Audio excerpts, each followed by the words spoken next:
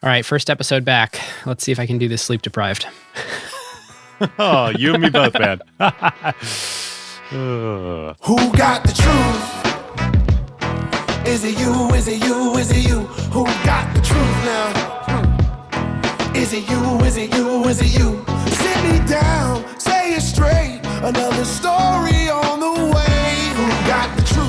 Welcome to Season 14, Episode 1 of Acquired, the podcast about great companies and the stories and playbooks behind them. I'm Ben Gilbert. I'm David Rosenthal. And we are your hosts.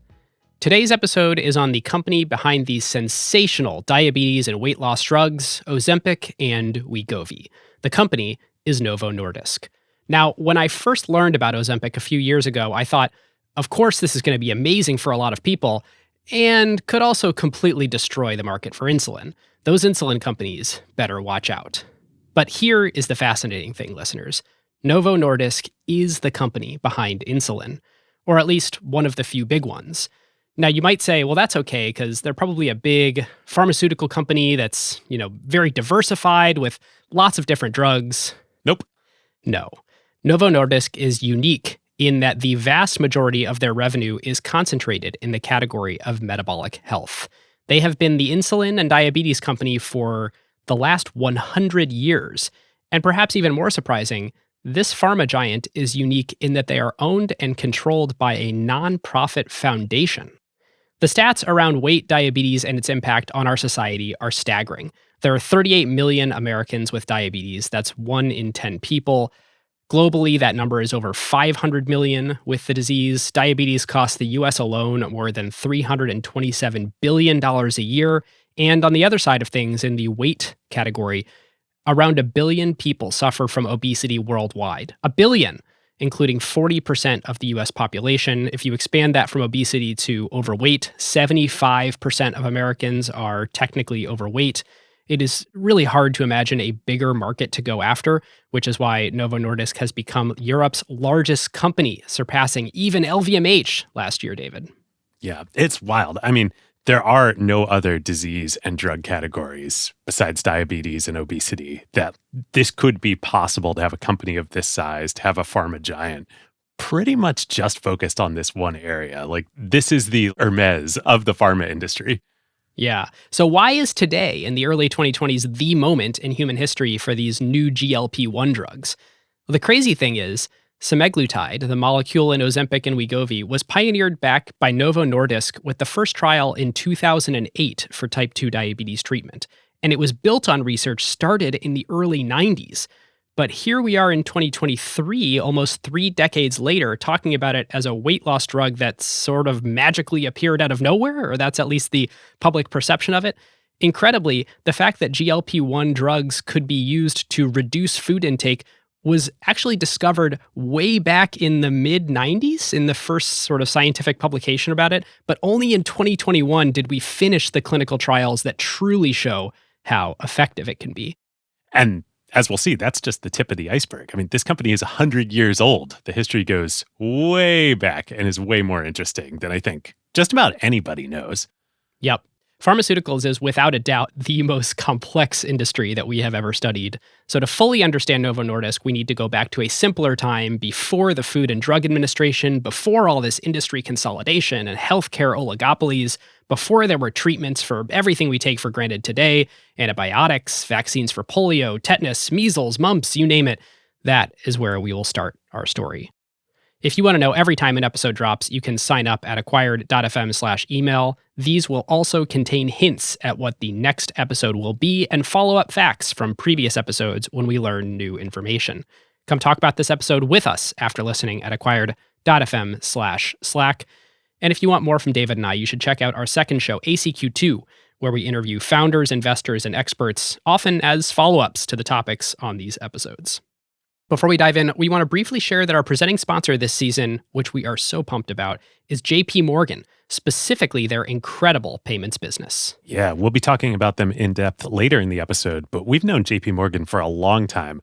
We both personally bank with them, as does Acquired, but we really uncovered the breadth of JP Morgan payments as we went deep into our industry research for our Visa episode last year. Just like how we say here on Acquired that every company has a story, every company's story is powered by payments, and JP Morgan Payments turns out to be a part of so many of our acquired companies' journeys. And it's not just the Fortune 500. They're also helping companies grow from seed to IPO and beyond. Yep. We're pumped to explore payments through all these different industries this season through both a technology innovation lens, but also a business model innovation lens. Much more ahead. So with that, this show is not investment advice. Dave and I may have investments in the companies we discuss, and this show is for informational and entertainment purposes only. David, where are we starting our story? Well, we start in 1921, over 100 years ago, in Toronto, Canada, with the discovery and extraction of the pancreatic hormone insulin by a laboratory group at the University of Toronto Medical School. Insulin, of course, as most of you know, regulates the absorption of glucose from the blood into the body, and it's the main anabolic hormone in most, if not all, animals in the world. Insufficient insulin production in the body, of course, leads to the disease diabetes. So, this group, if you could call it that, at the University of Toronto, is comprised of the physician Frederick Banting and the medical student, his assistant, Charles Best, along with a chemist and the head of the laboratory there, and assistant medical school dean John McLeod. Now, there's a whole bunch of controversy around who actually deserves credit for the discovery of insulin. The historical consensus at this point now being that it really was Banting and Best who did all the work. But nonetheless, 2 years later, when the Nobel Committee awards them the 1923 Nobel Prize in Physiology or Medicine for the discovery of insulin, it is Banting and McLeod who get the award, not Best. This will come back up in a minute. Yeah. And to set some context for the time period here, 1921, the public is not aware of what insulin is. The public is, however, aware of what type 1 diabetes is. This is the juvenile form of diabetes. Only 5% of diabetes sufferers have type 1 today. But back then, this was the dominant form of diabetes. And it was families whose kids had a death sentence, and there was basically nothing that could be done. And there were lots of rumors of people trying to figure out what substances, you could inject or eat or anything to cure this sort of mysterious, horrible way to die. And people were so convinced in the late teens and early 20s that scientists were on the verge of a breakthrough that the common wisdom was to go on a diet of like 200 to 500 calories a day and starve yourself so that you could live long enough, even though you had a terrible quality of life, you could live the months or couple of years long enough when the treatment did arrive to finally get it.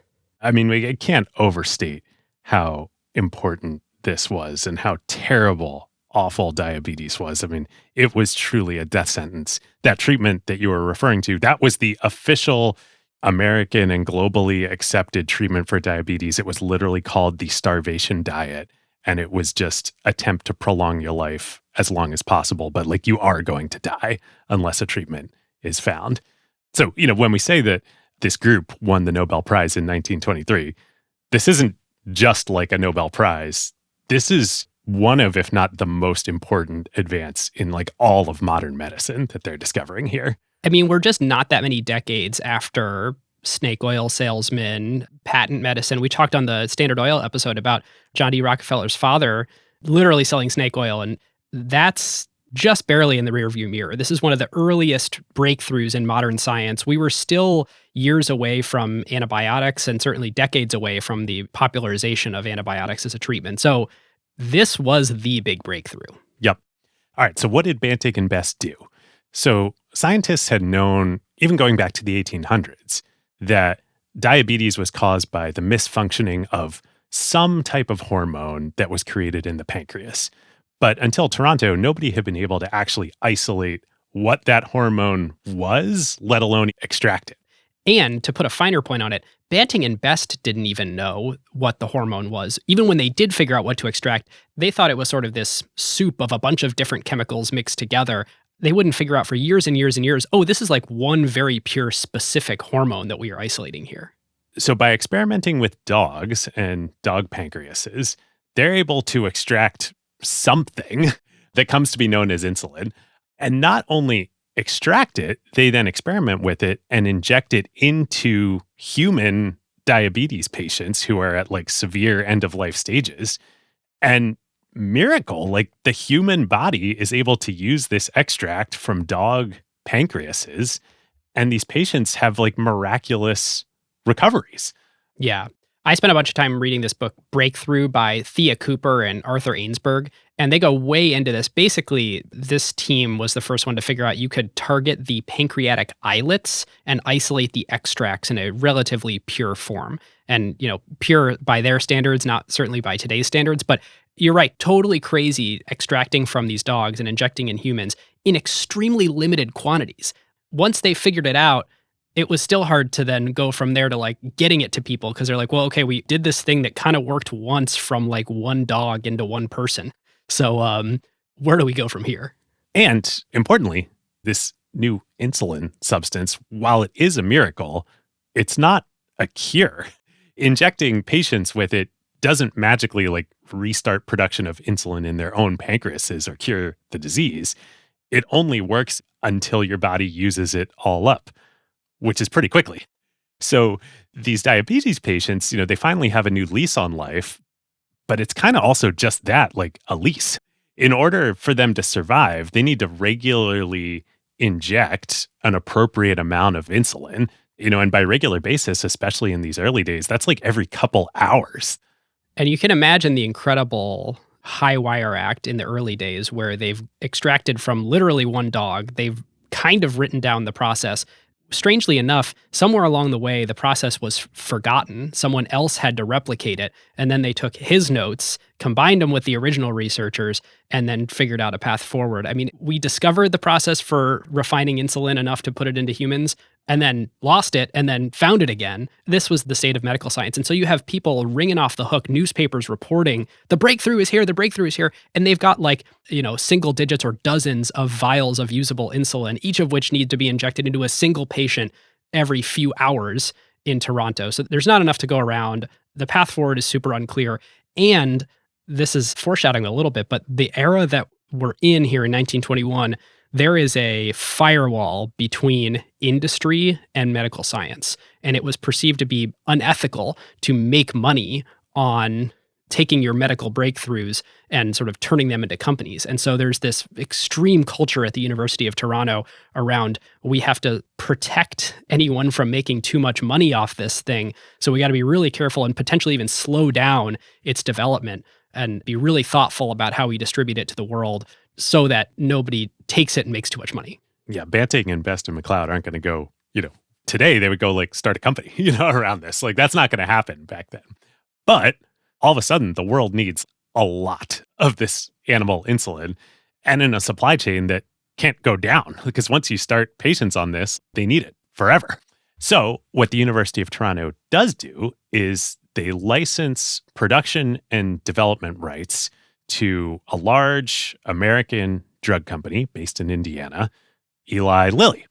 And they give Eli Lilly a 1-year exclusive development license to try and mass produce this substance. And again, like you said, this is like a big step for the University of Toronto to do this, but the need in the world is so great that they're willing to work with industry here. You literally have presidents and secretaries of state trying to call in favors and successfully calling in favors to get access to the limited vials that the University of Toronto has. Yeah, wasn't Elizabeth Hughes, one of these famous first patients, the daughter of the Secretary of State of the US, right? Charles Evans Hughes. Yeah. Yeah, wild. So it's obviously not practical or maybe not ethical, that's beyond the scope of this podcast, to use dog pancreases for scaling mass production here. But it turns out there actually is an abundant, ready supply of animal pancreases that happen to be just sort of lying around in the American heartland and just about every human food production center in the world, and that is cow and pig pancreases from, all the meat that we eat. Indiana's got a lot of cow farmers, and so the clever, really startup Eli Lilly. I mean, the company had been around for a while, but this idea of taking on real R&D risk was sort of a new concept. So the sort of startup Eli Lilly is going around hiring salespeople to bang down the door of slaughterhouses all over Indiana and say, hey, I know your waste product includes pancreases. Do you think you could ship those to us? We'll pay you for those. Yeah. And it's actually not an easy sale because those farmers are like, it's going to slow down my process if I have to figure out how to separate the pancreases. And this is already a real tight ship. So there's a real entrepreneurial tale of Eli Lilly sort of convincing large numbers of slaughterhouses to do this. The other interesting thing to note about the Eli Lilly license, David, which I thought was really clever, is it's a 1-year exclusive license where there's 2 conditions, and the conditions are a trade. One, Eli Lilly has to report back any advances that they make to the University of Toronto. It's almost like little Operation Warp Speed going on, kind of analogous to COVID. As they figure stuff out, they have to share it back with the University of Toronto to improve the manufacturing yields of whoever else will be developing the drug. In exchange, the thing that Eli Lilly does get to retain and protect on their own is a brand. Eli Lilly saw it really important early to say, hey, we want to build a brand around insulin so that people know it's coming from us, that it's of a certain quality. And even when we lose our 1-year exclusive license, and even when we stop contributing the manufacturing IP back to you, the brand actually stays ours. Yeah, we're going to talk a bunch more about Eli Lilly here as we go. But this moment, this insulin moment, this is what really turbocharges them and makes them into one of, if not the first kind of leading American and international pharmaceutical company, which it still is to this day, still bigger than Novo Nordisk. Yep. Although not by too much. Well, much more diverse, but not too much larger by market cap.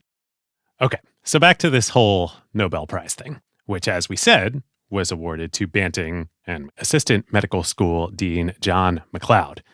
Now, how did McLeod end up being the guy who shares the award with Banting and not Best? And years later, actually, the Nobel Committee would basically admit that they messed that up. It turns out that the answer to that is the key to the first chapter of our story today. Because the actual nomination, I don't know if you knew this, Ben, the actual nomination for that prize was put forth by a previous Nobel Prize winner in physiology or medicine, the 1920 Nobel Prize winner from Copenhagen, Denmark, a animal biologist named August Krogh. Oh. Who also happens to be the founder of Novo Nordisk. Is that how Nobel Prizes work? A previous winner nominates the current nominees? Or is it just like it certainly helps their case if a previous winner? Yeah, I do not think it is a requirement, but, certainly a previous winner and a recent previous winner in the same category, you would imagine carries a lot of weight. So the guy who would go on to found Novo Nordisk is the one that nominated Banting and McLeod for the Nobel Prize before starting the company. Yeah. Now, here's the wild thing about August Krogh, founder of Novo Nordisk, the world's premier insulin company focused on insulin and diabetes for 100 years, now world's premier GLP-1 company. He's not a physician. He's not even a human biologist. Yeah, he was an animal biologist, right? Yeah, he was an animal biologist. Fun fact, though, this is maybe my favorite sidebar in the episode. He studied at the University of Copenhagen. His advisor was a guy named Christian Bohr, B-O-H-R. That name might sound familiar to some people. Descendant of Niels Bohr? Father of Niels Bohr. That Niels Bohr, father of atomic physics, also winner of the Nobel Prize, major contributor to the Manhattan Project. So yeah, his August's PhD advisor was the father of Niels Bohr. Everybody's winning Nobel Prizes. There must have been something in the water in Copenhagen at that time. Also, that tells you how long ago this was, that in my head, Niels Bohr is like someone from a long time ago, so it would be a descendant, but actually this is his father. Yeah, right. Okay, so back to August Krogh. How the hell does he end up going to Toronto, getting involved in all of this, starting, Novo Nordisk? Well, in 1920, the same summer that he wins the Nobel Prize, his wife, Marie Krogh, is diagnosed with diabetes. And this starts weaving together this whole crazy chain of events that leads to, Nordisk. Novo comes a little later. Marie herself is actually a pretty incredible person. She is a physician. So she's the first woman in Denmark to earn a doctorate in medicine. And Denmark, I kind of suspect, has always been pretty progressive relative to the US. But even still, we're talking about the 19-teens. A woman to earn a doctorate in medicine and then be a practicing physician was obviously unique. Yes. So When she's diagnosed in 1920, and she basically self-diagnoses, she knows what's going on. Like she and August, like she knows exactly what this means. Like she's going to die. This is horrible. But given that they're both very, very active in the scientific and medical community in Europe, they are able to get her the best care possible, which at this point in time in Denmark is a young Copenhagen-based physician named Hans Christian Hagedorn, who is widely respected as sort of the best endocrinologist in town, even though he's very young. And he's up to date on all the latest, workings of the starvation diet and how to maximize quality of life and prolong life as long as possible. Fortunately, Marie diagnoses herself very early. He puts her on a closely monitored starvation diet, and they stabilize it enough after a year or so.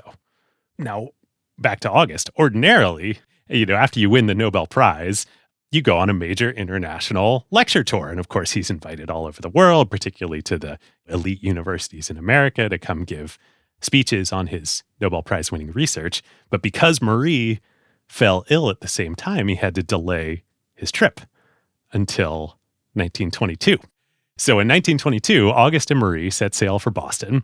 Which is, by the way, amazing that a type 1 diabetic has made it sort of this far in life and is in the early 20s doing transatlantic travel. Totally amazing. So August is going to give a delayed series of lectures here at both Harvard and Yale. While they're in Boston at Harvard, they meet with a guy named Elliot Joslin, who he's actually the inventor of the starvation diet. He is like the world's foremost diabetes physician and researcher at this point in time. And Elliot tells them about what's going on in Toronto. This is the world that we're living in back then. News of the discovery of insulin hadn't really yet reached Europe and certainly hadn't reached Denmark at this point in time. So it was like a competitive advantage to be a Nobel Prize winner on an international lecture circuit because you got better, faster information about brand new medical advances. Yes. Well, and particularly, competitive advantage, like life advantage. Like they're just concerned about Marie's life at this point in time. So Elliot says, I know the guy who runs the lab up there, John McLeod. Let's write him a letter and see if while you're in America, you can go up and see them and see the lab, see what's happening, and maybe get some of this insulin. So August and Marie write to McLeod. Marie also writes back home to Denmark to Hagedorn and tells him about what's going on and about this discovery of insulin. She suggests in that letter that since Hagedorn is kind of the leading diabetes physician in Denmark, maybe while they're in Toronto, they might be able to secure like some rights or ability to bring insulin back to Denmark. McLeod in Toronto, he gets the letter. He's like, of course, come on up. You and Marie both come. Stay in my personal home. Sadly, unfortunately, Marie falls ill and she can't make the trip up to Toronto. So August goes alone, but he stays with McLeod, observes the insulin production process, sees everything that's happening.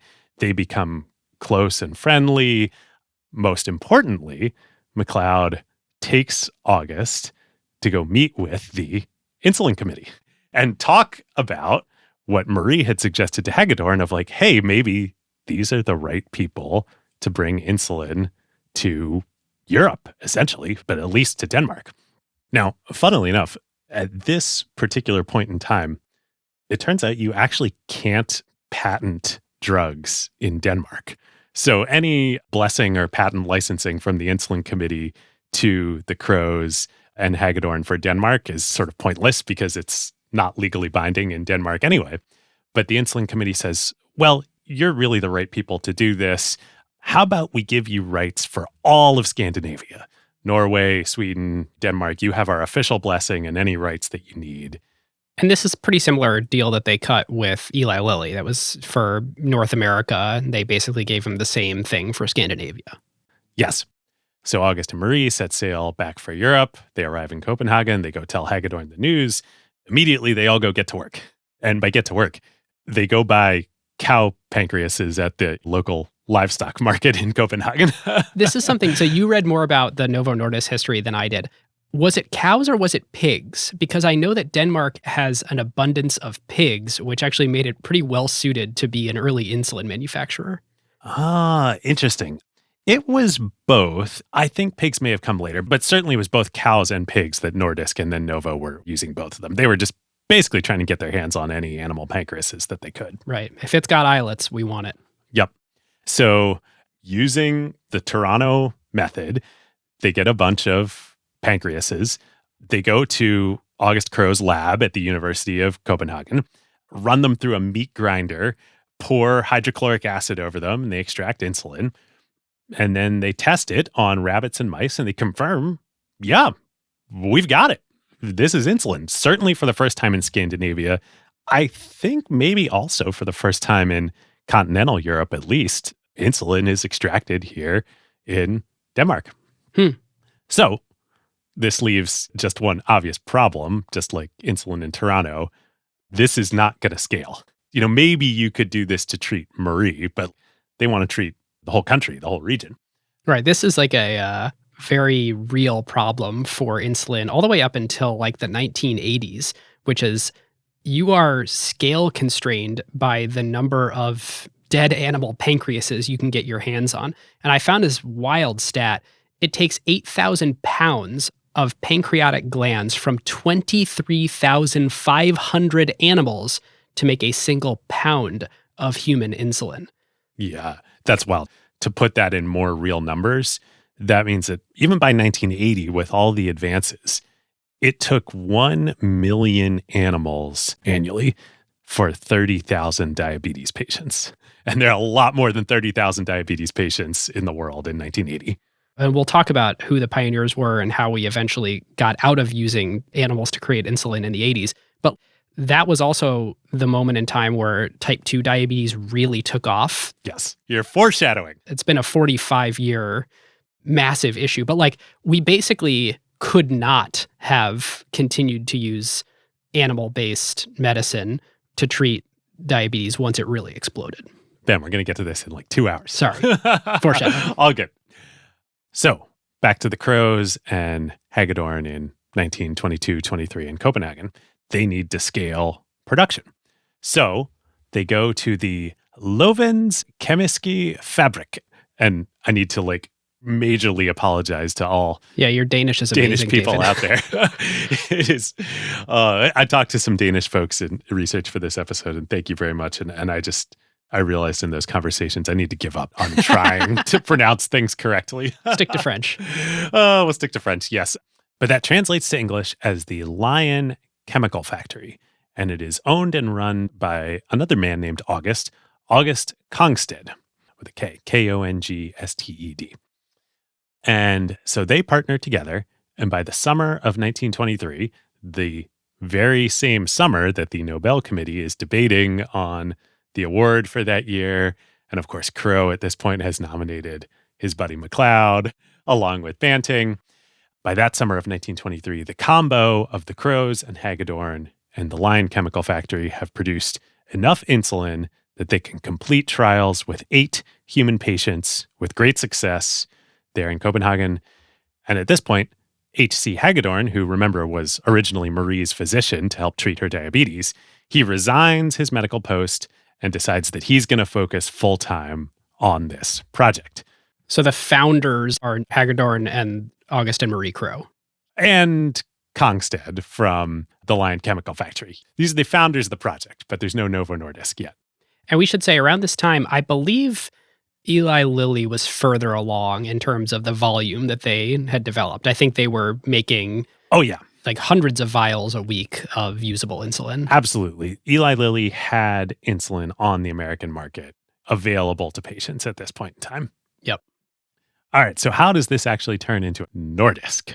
But before we do that, I want to pick up the thread that we left earlier with our new friends at JP Morgan Payments. Yes, we are excited to partner with JP Morgan Payments this season and discuss all the ways they are helping businesses grow and innovate across a broad industry landscape. So whether it's a startup that needs merchant acquiring, which you now know what that is from our Visa episode, or a company building a new multi-sided marketplace, or even a business expanding across borders and having to manage the complications of cross-border treasury and FX, The more we dug into the industry and the more we got to know JP Morgan Payments, the more we realized how relevant it is for founders, CEOs, and operators to be thinking about how to leverage payments as a source of revenue. Yep. If you think about it, there are whole companies and industries that couldn't exist a decade ago without today's modern payment infrastructure. It's become central to businesses with modern product experiences like ride sharing, the creator economy, or B2B use cases like SaaS marketplaces or managing supplier relationships. For those types of companies, payments literally is their business. Yet, thankfully, they don't need to go it alone. JP Morgan Payments has been pioneering in this industry for decades. I mean, they're JP Morgan. They move $10 trillion a day. Yes, that is trillion with a T. And you can literally never outgrow their capabilities. Like we said for us at Acquired, the peace of mind of having a single innovative banking and payments partner for the long term is pretty powerful. Yep. So let's look at the healthcare industry through the lens of payments. There are multiple waves of innovation on the horizon with telehealth, preventative treatment, and new clinical trial processes. Seamless and secure payments are critical to the improvement of patient experience in unlocking innovation for businesses and providers. When you zoom out, this complicated ecosystem of payments, healthcare providers, insurance networks, specialists, health monitoring services, and more, it creates a complex and friction-filled payment experience. Who's paying who, when, under what terms, and then you layer data privacy requirements on top, you can understand why there are a lot of forces impeding change in this industry. So if you're a company or a provider trying to innovate in this space, getting the payments piece right is paramount, which is why JP Morgan Payments' array of products, including their healthcare solutions and InstaMed offering, provides a patented cloud-based technology to securely transform healthcare payments by driving electronic transactions, processing payments, and moving healthcare data seamlessly. JP Morgan Payments believes that no matter where your business falls on the care continuum, better payments can help healthcare companies deliver better care. Yep. Some of our listeners may have attended JP Morgan's healthcare conference earlier this month in San Francisco. So if you did, let us know in the Acquired Slack. Dave and I are curious what your takeaways were from the state of the ecosystem.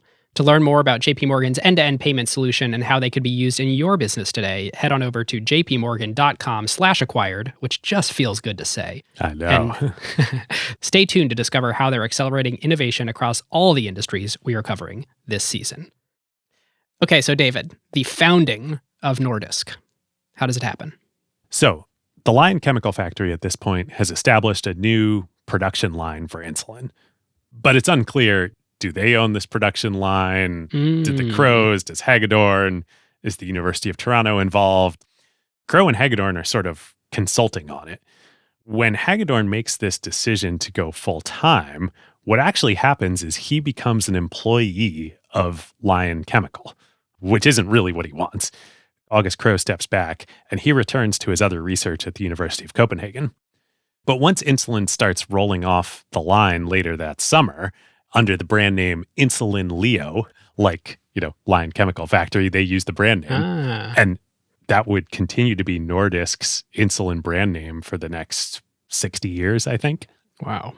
Pretty quickly, demand is just off the charts. And they are, like we talked about, essentially the first mover in continental Europe. So there's a pretty enormous opportunity here. So in 1924, Crow, Hagedorn, and Kongsted, who owns Lion Chemical, they all come to an agreement. They're going to set up a new independent and self-owning institution to produce and distribute this insulin throughout Europe. Yeah, what does that mean?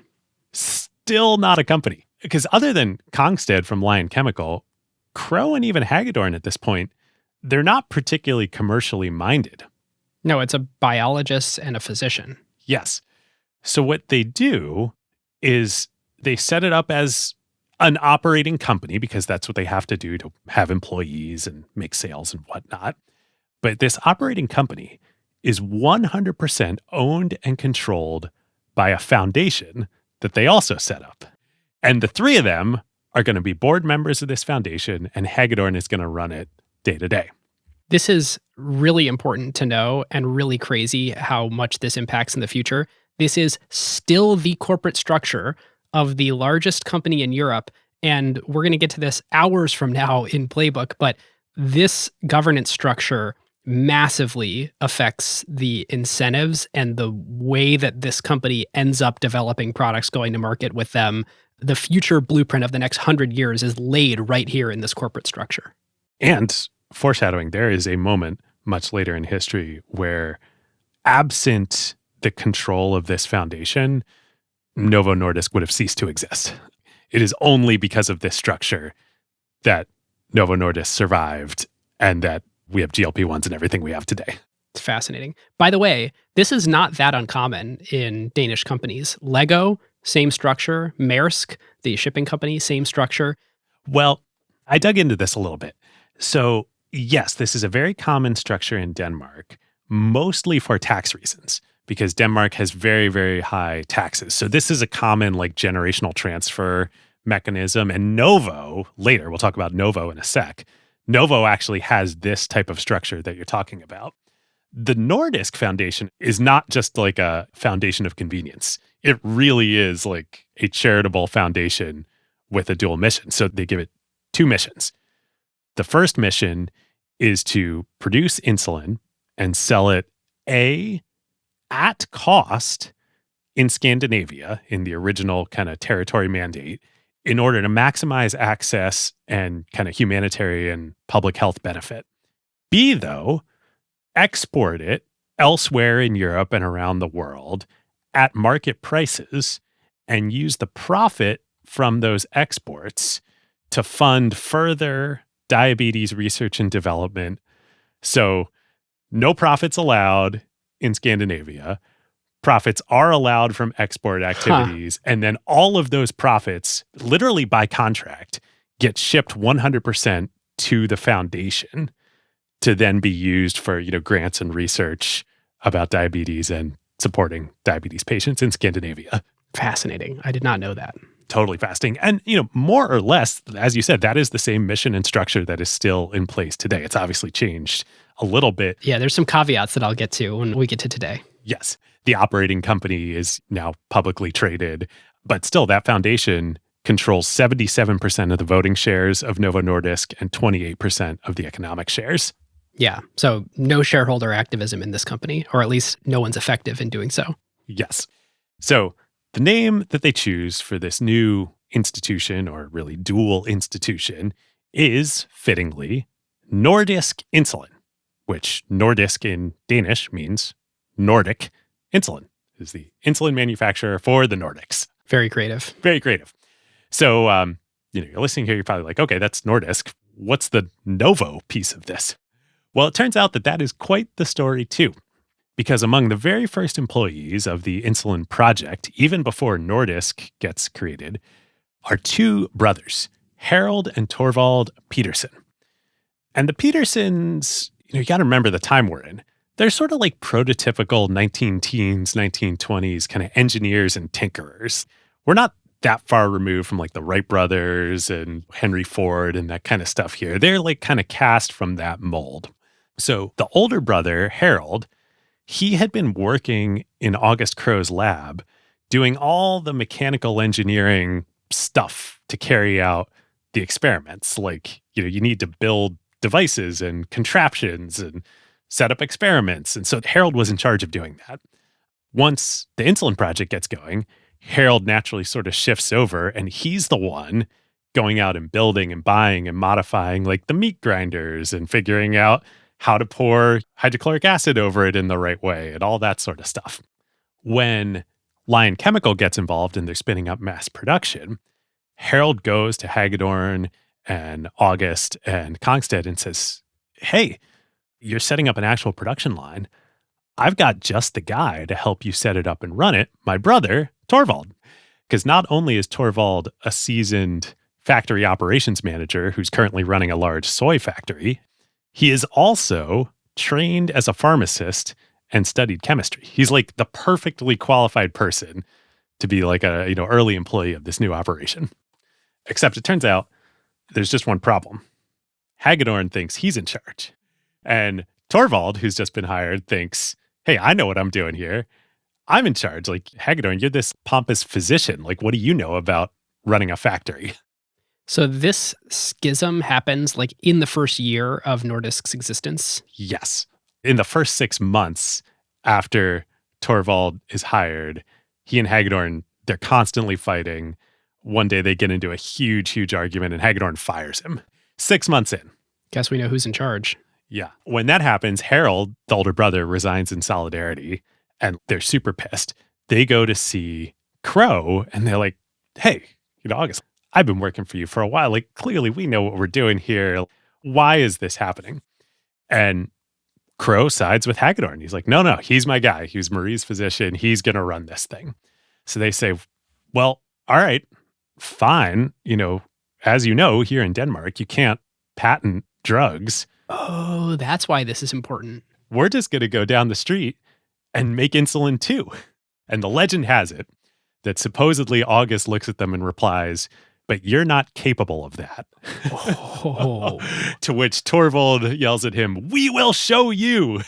And they storm out of the building and go down the street, and they found a new insulin company, a Novo insulin company there in Copenhagen, Insulin Novo.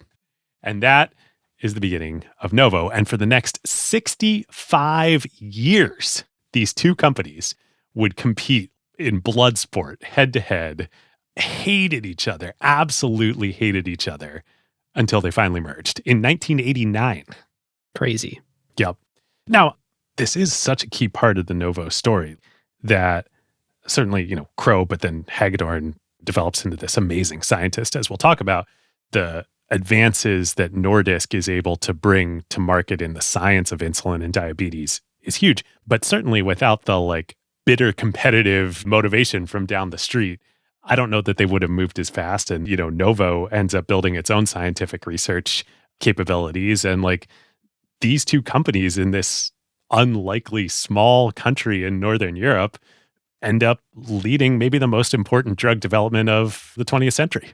It's amazing. I mean, it's the local and bitter competition. It's Ferrari and Lamborghini. It's Aldi and Trader Joe's. It's Adidas and Puma. You sort of create the seeds of competition early, and you can really infuse that into a company's DNA for decades. So I think it's worth a quick pause here. We've already talked about some of this, but just to clarify why diabetes and insulin is such a interesting market and large market potential. One, even with just type 1 at this point in time, it's still a very large and widespread disease in the world. So there's kind of a large patient and potential patient market size. But two, unlike many other diseases and drugs for those diseases, it's chronic. You don't cure it. So what insulin is doing is it is enabling these diabetes patients who often are diagnosed as children to live essentially normal, long lives. So you're talking about decades, 40, 50, 60, 70, 80 years of patient lifespan here, where they are injecting insulin daily, if not, in most cases, multiple times daily. There's basically nothing other than food that you can sell someone for their entire life. But for diabetics, insulin absolutely has that scenario with a customer. Yep. And there's also kind of another aspect that makes it particularly interesting commercially, which is there's also a motivation to constantly improve the insulin product. It's not like insulin is insulin is insulin. There are so many new products and improvements, both in the drug itself, but also in the delivery systems. I mean, this early insulin, as we've alluded to a little bit, it was barbaric by modern standards. Yes, it saved lives, but it didn't last very long. So you had to inject a lot of it very frequently. It wasn't super clean. There are tons of impurities in it. So there's swelling, there's infections. There's allergic reactions to all the impurities. Totally. It wasn't shelf stable in liquid injectable form. This is wild. I don't know if you knew this, Ben. No. So everything we're talking about in these days and what Nordisk was originally producing were insulin tablets, solid insulin tablets. Now, until recent times, you can't take insulin in tablet form. It doesn't get absorbed by the gut. You have to inject it. So what patients had to do was take these solid tablets, dissolve them in sterilized boiled water, measure and draw that solution into a syringe themselves. Like a glass syringe with a big needle. No pens, none of this fancy stuff we have today. Yeah, big ass needle. And, so now you've got patients doing this multiple times a day. And it's really important that they get the right amount of insulin for them. This makes it really hard. Yep. And there's no measurement. I mean, there's no like one touch pinprick. We get to see what your blood sugar content is right now. We're so far from that existing that you are guessing. You're throwing darts. Totally. And actually, it's kind of a side note to the story, but it's Novo in the 1980s that invents the insulin pen. Oh, I didn't realize that wasn't Nordisk, but Novo. Yeah, Novo invented the pen, and Nordisk focused on pumps. And they were one of several companies, but one of the leading companies innovating in pumps. I see.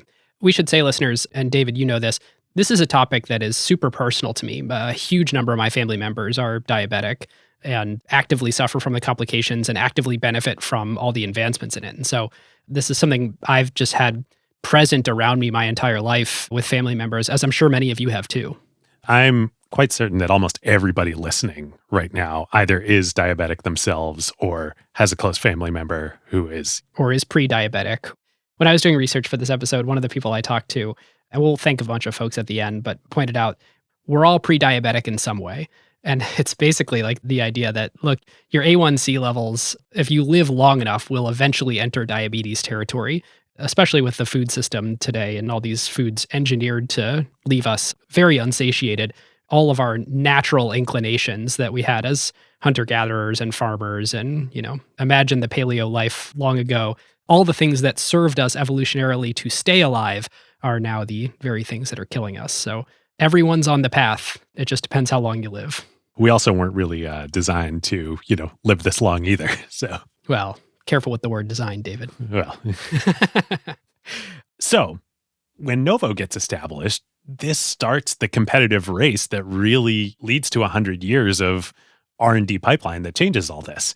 So the Peterson brothers, they know right off the bat, they can't really just go clone what Nordisk is doing. I mean, technically, legally, they can in Denmark, but what physician and what patients are going to buy Novo insulin when right down the street you've got Nordisk, which has a Nobel Prize winning scientist, the best diabetes endocrinologist, in Denmark running it, and the explicit blessing of Toronto and the insulin committee.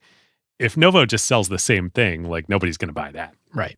But they do have a pretty significant advantage that Nordisk doesn't have, which is they've got their engineering and tinkering skills.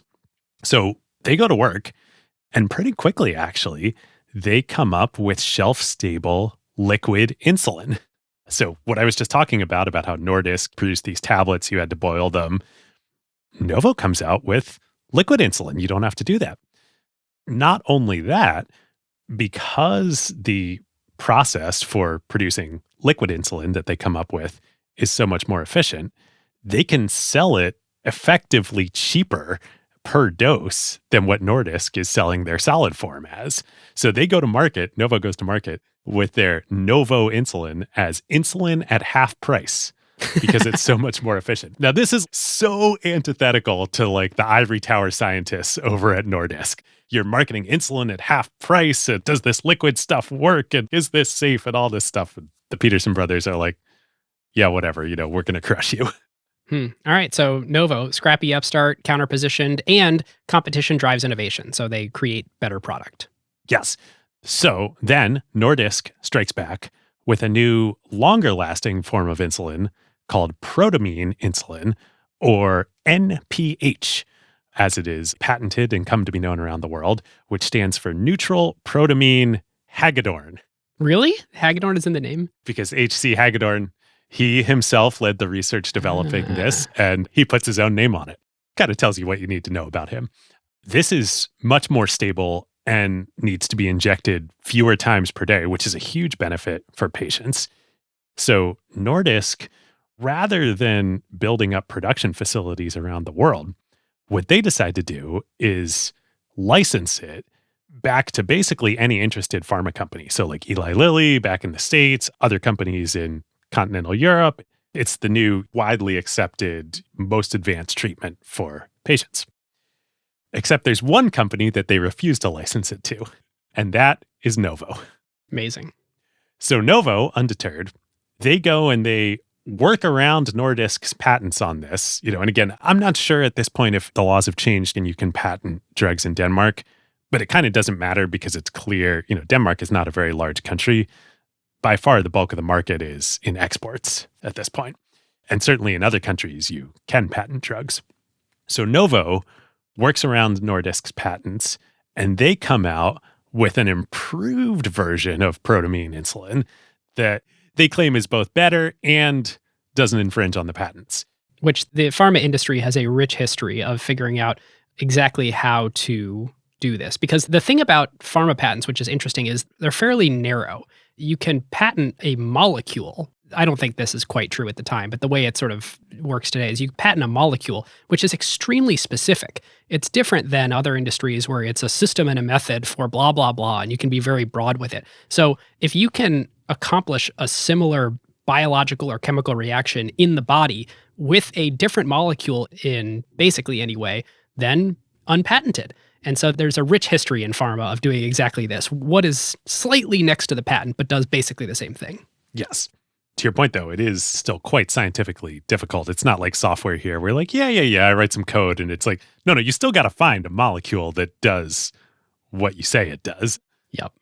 So this leads to a whole bunch of lawsuits. It actually ends up going to the Danish Supreme Court, where Hagedorn represents Nordisk himself. In the lower courts, they had lawyers, and I think they lost the case in the lower courts, and Hagedorn's like, screw this. I'm going to be my own lawyer. At the Supreme Court At the Supreme Court. Wow. Yeah. Amazing. And they win. Nordisk has won here. This is like a huge, huge blow for Novo, you would think. But then, literally right at the same time, World War II starts. And Denmark is invaded by the Nazis shortly after they invade Poland. And in April 1940, the Nazis now occupy Denmark. So this sort of like infighting between these two Danish drug companies. Much less relevant. Much, much less relevant. But what is still super relevant is how is Europe going to get insulin in the middle of World War II? And this is a major, major turning point, both for the two companies vis-a-vis each other, but also I think really what sets Novo on the path to becoming Europe's dominant producer of insulin, and then ultimately the dominant producer of insulin in the world. So Novo, not Nordisk, became the globally dominant. Really? I did not know that. I actually don't know the terms of the 89 merger, so I'm excited to listen just like everyone else, David. Well, so what happens is Denmark is relatively unscathed during World War II. It's a small country. The Danish army was quite small. And so when the invasion happens in April 1940, there's basically no fighting. Germany just takes over the country. And there's no destruction, which means that insulin production continues unabated in Denmark. Now, Nordisk, remember, like I just said, once NPH comes out, their strategy becomes really like we produce domestically and then we make our revenue and our profits internationally by licensing, not by production. And with World War II, most of the dollars for their licensing revenue is coming from allied countries. Well, Germany just took over Denmark. So all of that revenue, all of those profits go to zero overnight. And Nordisk, for the duration of the war, basically just gets put into hibernation mode. They're still producing a little bit to help supply Denmark, but there's really nothing going on there. They basically cannot address the market of any allied countries anymore. Yeah. Wow. Novo is the complete opposite story. They had been scaling production all throughout Scandinavia, all throughout Europe. And when Germany takes over Denmark, Insulin Novo is now, the ethics of this are really complicated. Because it's Danish owned, which is Nazi occupied at the time.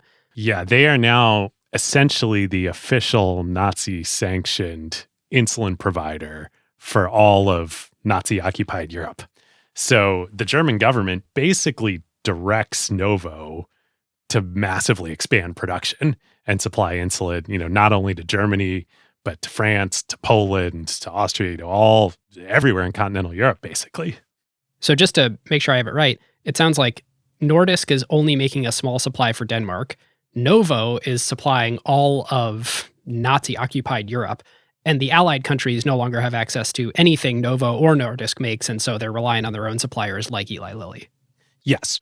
Now, they're fine. They can get insulin, no problem, because Nordisk has licensed all the technology and production to them. They just keep doing that.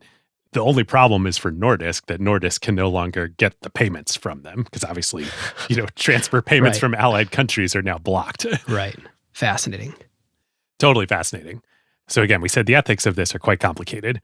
There is no doubt that Novo's fortunes massively changed and expanded by the German occupation and the Nazis during the war. On the other hand, literally the Nazis ordered them to expand production and provide insulin for Europe. And if they hadn't done it, all the diabetics in Europe would have died. Oh, it's unquestionably a good thing. Again, I'm learning about this from the first time from you, but an evil person commanding me to make more life-saving drugs and distribute it to more people is fine. It's the other things they command you to do that are not fine. Right. I definitely agree. It is important to note, though, after the war, the Danish state did require both Novo and the Peterson brothers personally to repay most of the profits that they made during the war back to the Danish state. Fascinating. Again, the ethics are complicated here. Very. Yeah. Wow. So regardless, after the war, Novo emerges as now both a scaled pharmaceutical company generally and the largest producer of insulin in Europe. And as part of that now, they have the resources to really build up their own scientific and R&D divisions and become a real powerhouse to rival what Nordisk was before the war.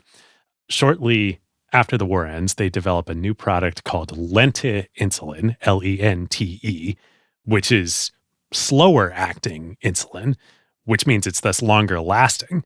And this can now be used for diabetics as a basal or background insulin.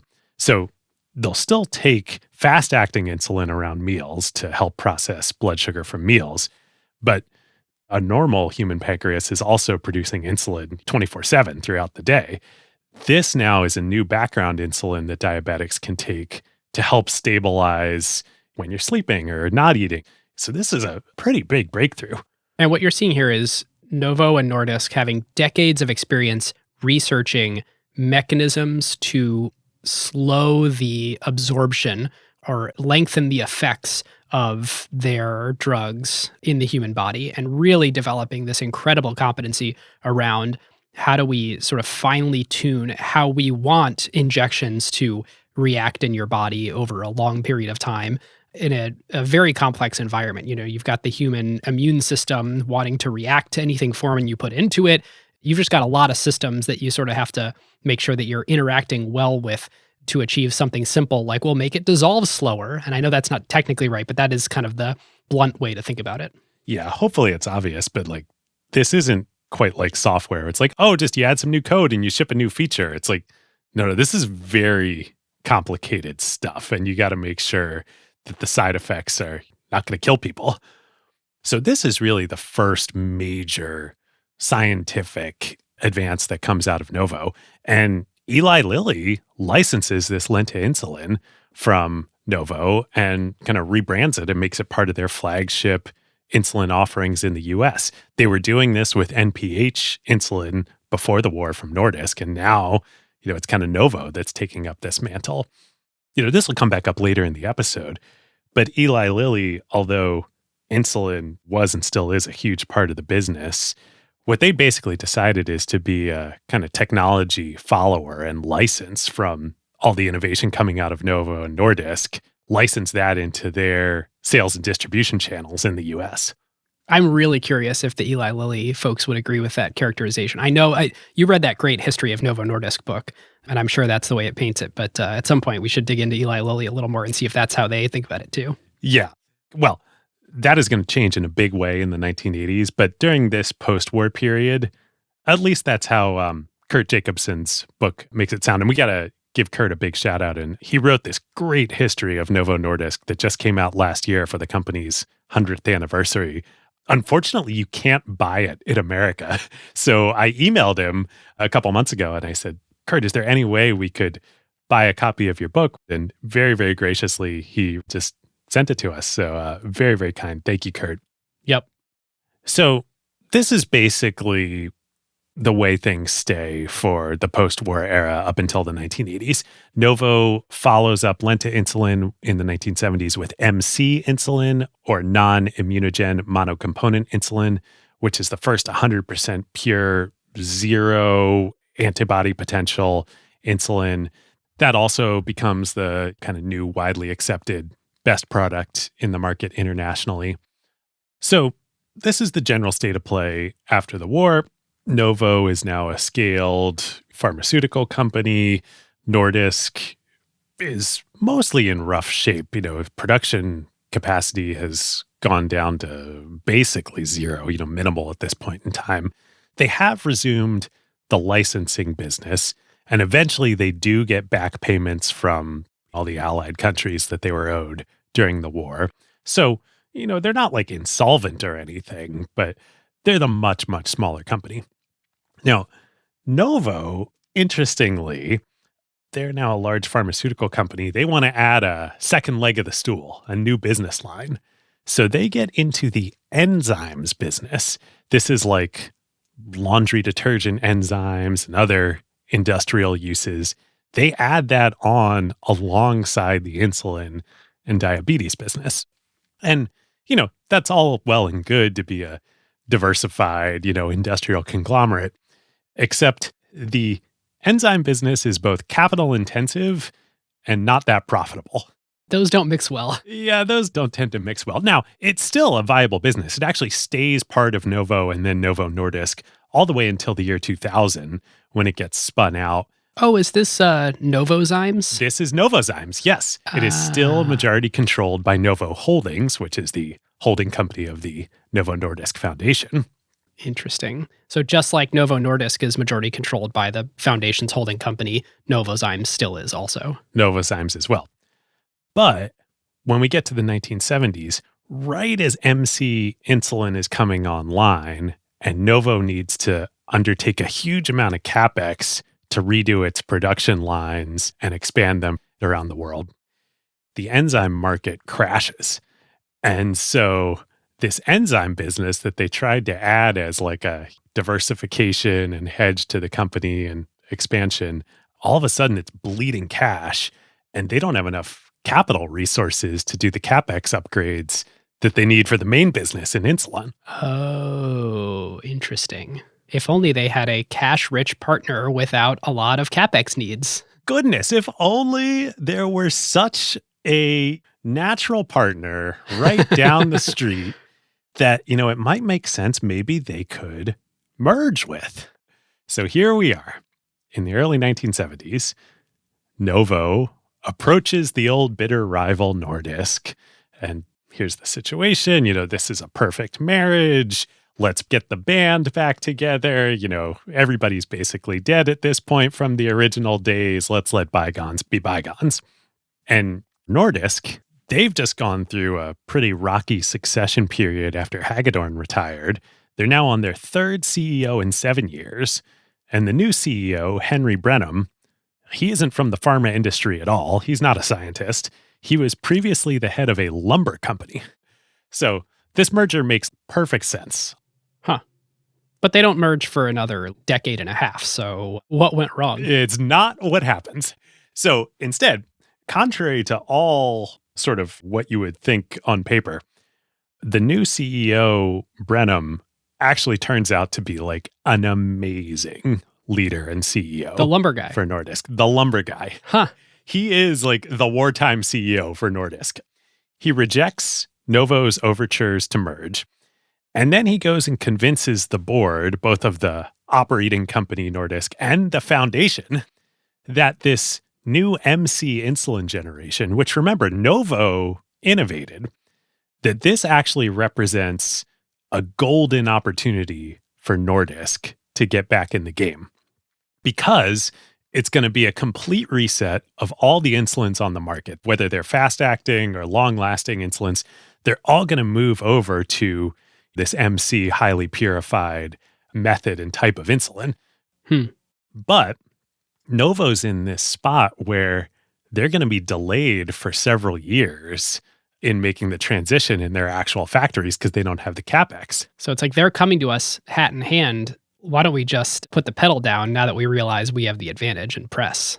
So Brenham convinces the board that rather than merging, they should use their capital reserves to rebuild up Nordisk's own production capacity, go hire a global sales force. He's really ambitious. He says, we're going to go enter America directly as this like forgotten, Nordisk company. So he goes and hires a global sales force because he knows Eli Lilly is going to have the same dynamics as Novo. Like everything's going to have to shift over to MC, and Eli Lilly's this, big, large, diversified giant. They're not going to move as fast as he thinks Nordisk can. And even though it's unrealistic that Nordisk is going to overtake Eli Lilly in America, if they can get even a small percentage of the American market, that's huge. Nordisk is a small company, and America is by far the largest market for diabetes in the world. Well, and you got to remember too, in the 70s, there was still kind of a functioning healthcare market. There wasn't massive consolidation yet. And so every level was super fragmented. Manufacturers were fragmented. Insurance companies were smaller. Little doctors' offices existed everywhere. Neighborhood pharmacies were there. And so entering the American market, you didn't necessarily need huge scale to do it. And the other thing to note is it wasn't yet the heyday of drugs, like of pharma. There weren't that many drugs that people had high demand for. It wasn't like today where, everywhere you look, there's some amazing drug that could save your life depending on what conditions you have that are on TV commercials. The federal government and we'll get into this later, but Medicare Part D wasn't even a thing yet. Drugs were not plentiful enough and good enough yet for the government to cover them as an insurance benefit for people over 65. That's the era we're in, where if Nordisk wants to enter the American market, they kind of can without too many barriers. Yeah, this is the right window. So I don't know how Brenham convinced both boards to do this, but he does. And by God, he's right. It works. So for the entire decade of the 1970s, Nordisk's sales grow at 30% compounded annually, which is amazing. Wow. Now they're still small. So by 1980, Nordisk is still only about 1/10 the size of Novo overall, but they're a third the size of Novo's insulin business. And they've moved from being this licensing company to now an actual production company with capacity all around the world. So this is a huge win from basically they were going to be taken over for cash by their old rivals. And now they're back in the game. So Novo, in response, they need to do something to get capital. They actually do a small IPO on the Copenhagen Stock Exchange in 1974 to raise the capital they need for the transition to MC insulin. So by the time we get to 1980, and just to set some scale here, Novo's annual global insulin sales, this is Novo, they're still much larger. They're about $100 million annually, and Nordisk's are about $30 million annually. That makes them the number 2 and number 4 producers in the world by market share, behind Eli Lilly in America, who's first, with about $160 million in sales. By the way, these numbers are staggeringly small. These are like Series C startup. And this is exactly my point. So you might be wondering, wait a minute. If you add all that up, the whole global insulin market is about $500 million here in 1980. And that's not exactly tiny. And like you were saying, the drug markets themselves weren't that huge back in this era. But what is the path from here to Novo Nordisk today being the 15th largest company in the world? What gives? What happened? Yeah, just look at pictures of people in the 70s and look at pictures of people today. Yes. The answer is, one, what you just said. We all got fat and the diabetes market, and specifically type 2 diabetes, exploded. But 2, and this is going to be such a fun story to tell here on Acquired because it's a huge part of Silicon Valley history that we've never touched. Yes, Genentech. 2, Genentech happened. Oh, yes. Which totally revolutionized everything, launched the biotech market, made drug development and production vastly more scalable. And it all happened right here in San Francisco, venture-backed by Kleiner Perkins. And it changed everything. Former Kleiner Perkins employee. Yeah, was a co-founder of the company. But before we talk about that. Yes, now is the perfect time to introduce one of our other new acquired partners for season 14, an incredible company that we have gotten to know well over the last couple of years, ServiceNow. ServiceNow, as many of you know, is the cloud-based platform that automates and manages workflows across the whole enterprise, making everything about the way a company or organization works actually work better for 85% of the Fortune 500. It has also been one of the absolute best performing technology companies over recent years. Yeah, I mean, ServiceNow has outperformed almost every enterprise software company over the past 5 years, including Microsoft. Yep. But what you may not know is ServiceNow is also an incredible Silicon Valley startup story that ranks right up there with Google, Facebook, NVIDIA, Genentech as one of the best venture investments of all time. Funnily enough, the ServiceNow campus is actually right next door to the NVIDIA campus in Santa Clara. Yeah, we waved hi when we were there to hang out with Jensen. So ServiceNow was started in 2003 by Fred Luddy. And Fred, kind of like August Crowe starting Nordisk, was already the equivalent of a Nobel Prize winning software developer and founder. He dropped out of college in 1970. Yeah, this is like Nolan Bushnell Atari era Silicon Valley. Totally. And he started programming and ultimately built a $4 billion company as CTO. He really was part of that original technical crew like Woz and others that formed the backbone of Silicon Valley. But all the way back when he first started in the industry at age 17, Fred wrote a simple little program for an order clerk named Phyllis. Now, this was when he was working at a company that fulfilled building materials orders. And Phyllis spent all day just typing up the orders on these forms. So one night, as a favor, Fred wrote a program that automated it. 80% of each form got filled in automatically. Phyllis comes in the next morning, Fred shows it to her, and she breaks down crying. He took this incredibly soul-crushing, mind-numbing task that she hated and made it 80% easier, 80% faster, and 100% less soul-crushing. So fast forward to 2004. Software as a service is just becoming a thing. And Fred is like, whoa. We now have a delivery mechanism that can take what I did for Phyllis back in 72 and scale it infinitely. Now, how many Phyllises are there in the world? Well, it turns out it's hard to remember because ServiceNow changed this forever. Every single company back then was filled with people just like Phyllis who spent hours every day on repetitive tasks that software could handle 80% of. So Fred started ServiceNow and took that same simple automation concept and brought it to IT, brought it to customer service, HR, ops, risk, kind of like AI is doing now, and ServiceNow is a part of that. They freed up knowledge workers to go create, more knowledge across the whole enterprise rather than more forms and more individual point solutions. And like Novo Nordisk, it turned out that singularly focusing on eliminating suffering from just one pervasive worldwide disease, in this case, not diabetes, but repetitive manual office work, that was a path to becoming a $100 billion plus Fortune 500 company. It's an incredible story. So if you want to learn more about ServiceNow and connect with the team, go on over to servicenow.com/acquired. And when you get in touch, just tell them that Ben and David sent you. Yep. Okay, so David, the 80s are here. For some reason, in the early 80s, the world starts becoming more overweight. Addictive foods being the cause of this. Yes, more metabolically unhealthy.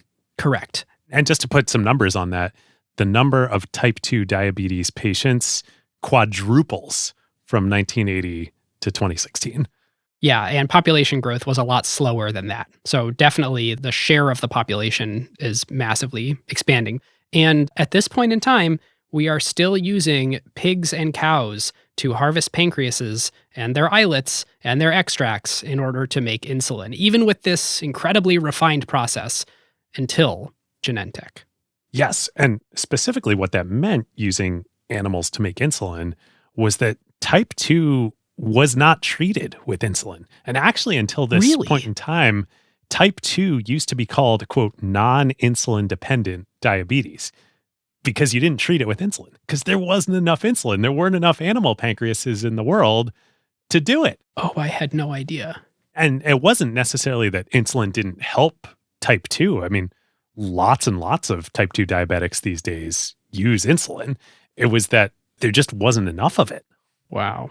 And then in 1980, Genentech and Eli Lilly, as their partner, changed everything with recombinant DNA and genetic engineering of drugs.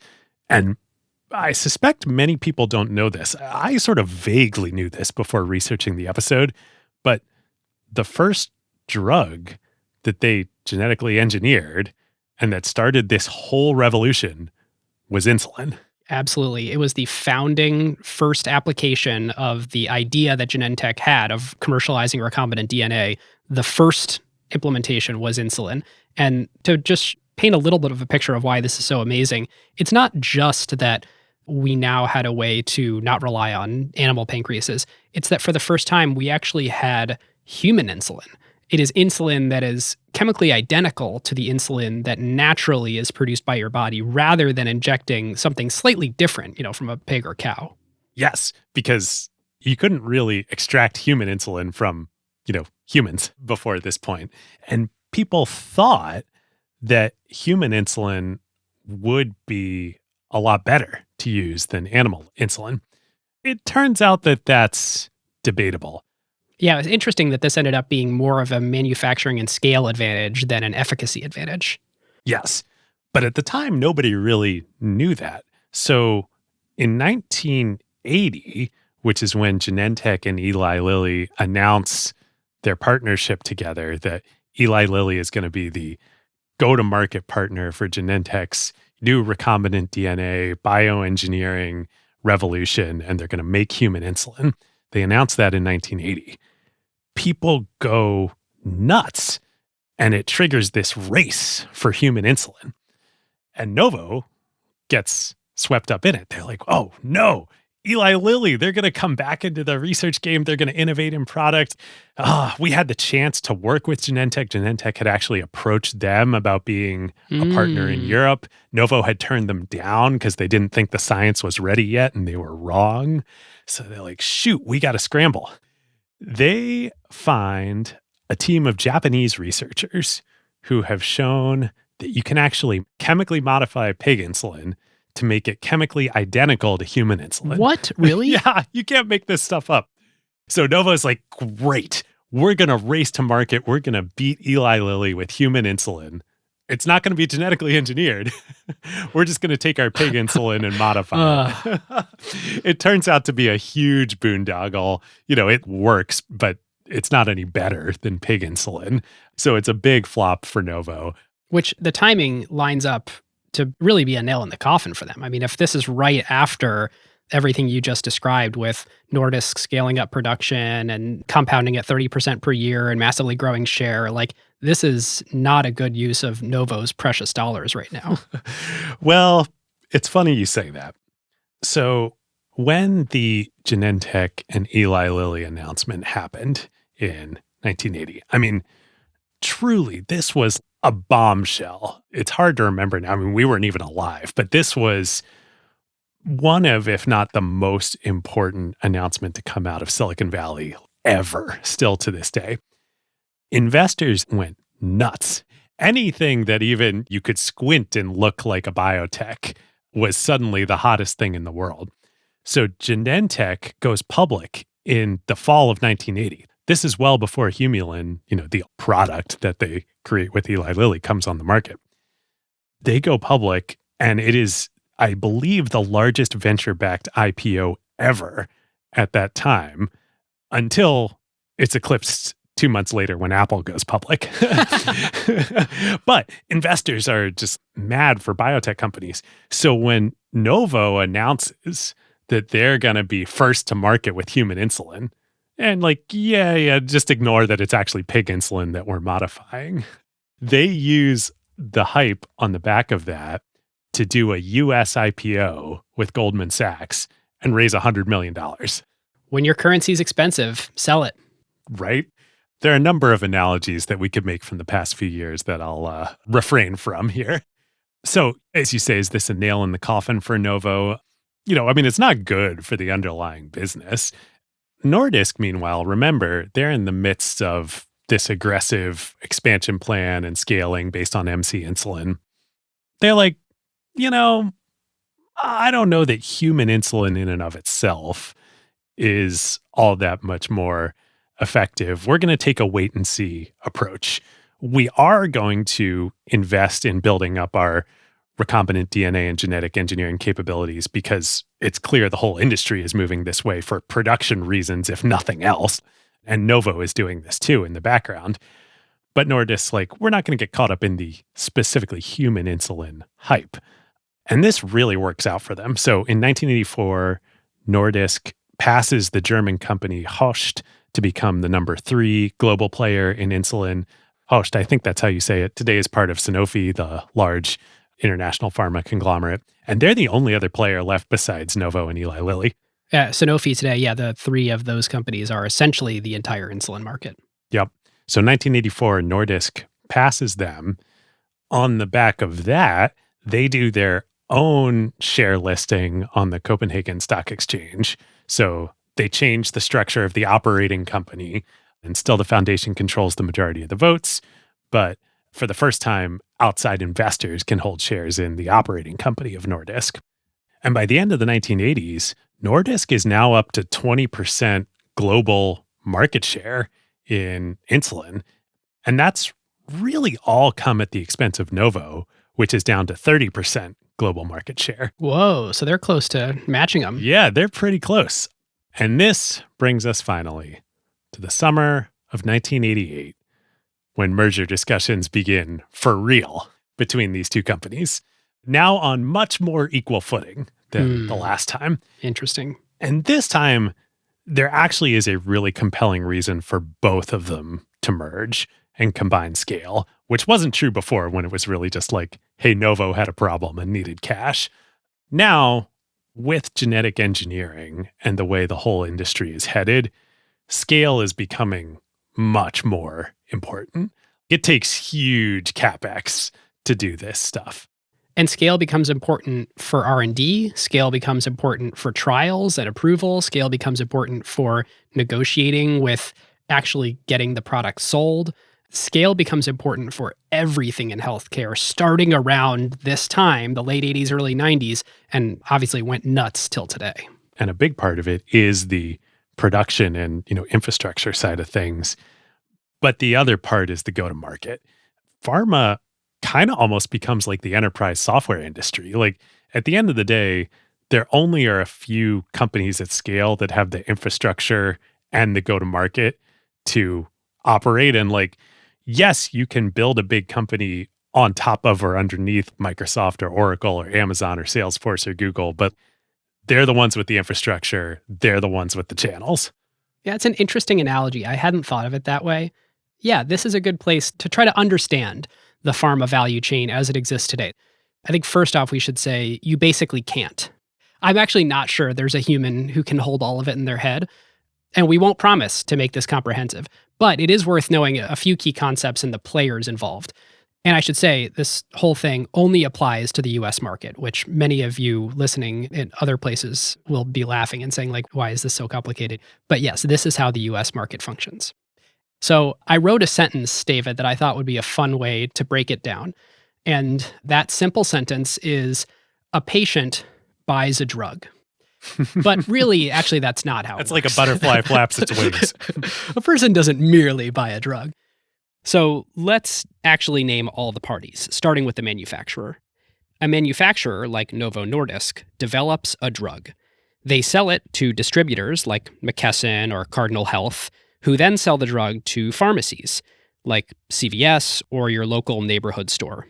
The pharmacy then charges a price at the window to a customer. So far, there's nothing different about how this is working from any retail supply chain. But here's where it gets weird. In healthcare, when a consumer goes up to the pharmacy window, they typically don't pay their own money for the price that the pharmacy actually puts on the register. Their insurance company does. Well, the insurance company doesn't want to pay whatever price the pharma manufacturer picked for their drug, and they have huge scale to throw around, so they go negotiate with the pharma manufacturer to try to get some kind of discounted rate. But rather than do that themselves, insurance companies outsource that task to a new type of company called a pharmacy benefits manager, or a PBM. The PBM negotiates with the pharma company for a discount, often in the form of a rebate that the pharma company pays back to the PBM. They then take that discount, they keep some of it for themselves, and then they pass some of it back to the insurance company, who can then choose to share it with the employer in some way. And as you can imagine, when there are this many middlemen in a transaction— Yeah, so that's what, 4 middlemen? Is that right? the PBM, the insurance company, the distributor, and for some reason, employers are involved. So we're talking about a 6-sided market. Well, I don't think it's a sided market. There's 2 good diagrams that I found in the research that we'll put on the Acquired Twitter account and the Threads account to kind of get access to these visuals that I think are pretty good illustrations of the way the dollars flow and the way the product flows. But you can imagine when there are this many middlemen in a transaction, it's really hard to have a functioning market. To actually interpret demand signals and have them clearly flow all the way upstream, and for the end consumer to really be treated as the customer versus just like a statistic in a large aggregated basket, we've sort of lost the plot in being able to actually have a functioning free market. But anyways, I want to do a little dive into each of the parties to understand what they do. The drug manufacturers, like Novo Nordisk, do all the R&D and they do all the production. They also own the responsibility of the clinical trial. So they work with partners to do this, but proving that the drug is safe and efficacious is up to them. There's the distributor wholesaler that does exactly what you think they do. They buy all the drugs from all the pharma manufacturers. They warehouse and distribute them. They actually do take risk. When I say they buy, they actually do buy them and hold them, and they end up distributing them to the pharmacies. Pharmacies do exactly what you think they do. Those companies have gotten merged into PBMs in some cases, and so it's, thinking of CVS as just CVS is not really right anymore. It's CVS Caremark, so they're sort of with a PBM. There's the Walgreens Boots Alliance, which is the way they named it is sort of all you need to know. So the way to think about pharmacies is that there are a few big ones, and that is kind of what matters, even though there are many people interested in keeping a thriving, independent set of pharmacies out there. Then there's the PBM. So why does the PBM exist, the Pharmacy Benefits Manager? That's a good question. Yeah. Well, in the old days, there were lots of drug companies and lots of insurance carriers. And so it would be nice if every little insurance company or every employer didn't have to go negotiate directly with every drug company to get all the best prices. So PBMs provided value by doing that on everyone's behalf. PBMs created what's called a formulary, which is basically a big ledger, a big list of drugs and the prices. And obviously today, that is less necessary because there's less fragmentation given all the mergers that have happened. But the PBMs still establish themselves as a key sort of immovable piece of this puzzle. So are they sort of like agents? Is that the right way to think about them? Agent implies that the principal can sort of make a decision to go elsewhere. You're not going elsewhere. The PBMs are the ones actually setting the prices. Well, that's the key question. So maybe a little more context on PBMs, and then let's try to answer your question, David. So one, they're huge. PBMs manage pharmacy benefits for 266 million Americans, and that number is old. That's as of 2016. So think about like basically all Americans get their prescription drugs through a PBM. Despite there used to being hundreds of PBMs, there's now fewer than 30, and there's essentially 3 that cover about 80% of the market, and those are Express Scripts, CVS Caremark, and Optum Rx, which is actually owned by United Health Group. So interesting to know that Caremark, that PBM, is corporately bundled with CVS, a pharmacy, but Optum Rx corporately bundled with an insurance provider. So there's vertical integration happening here too. Yes.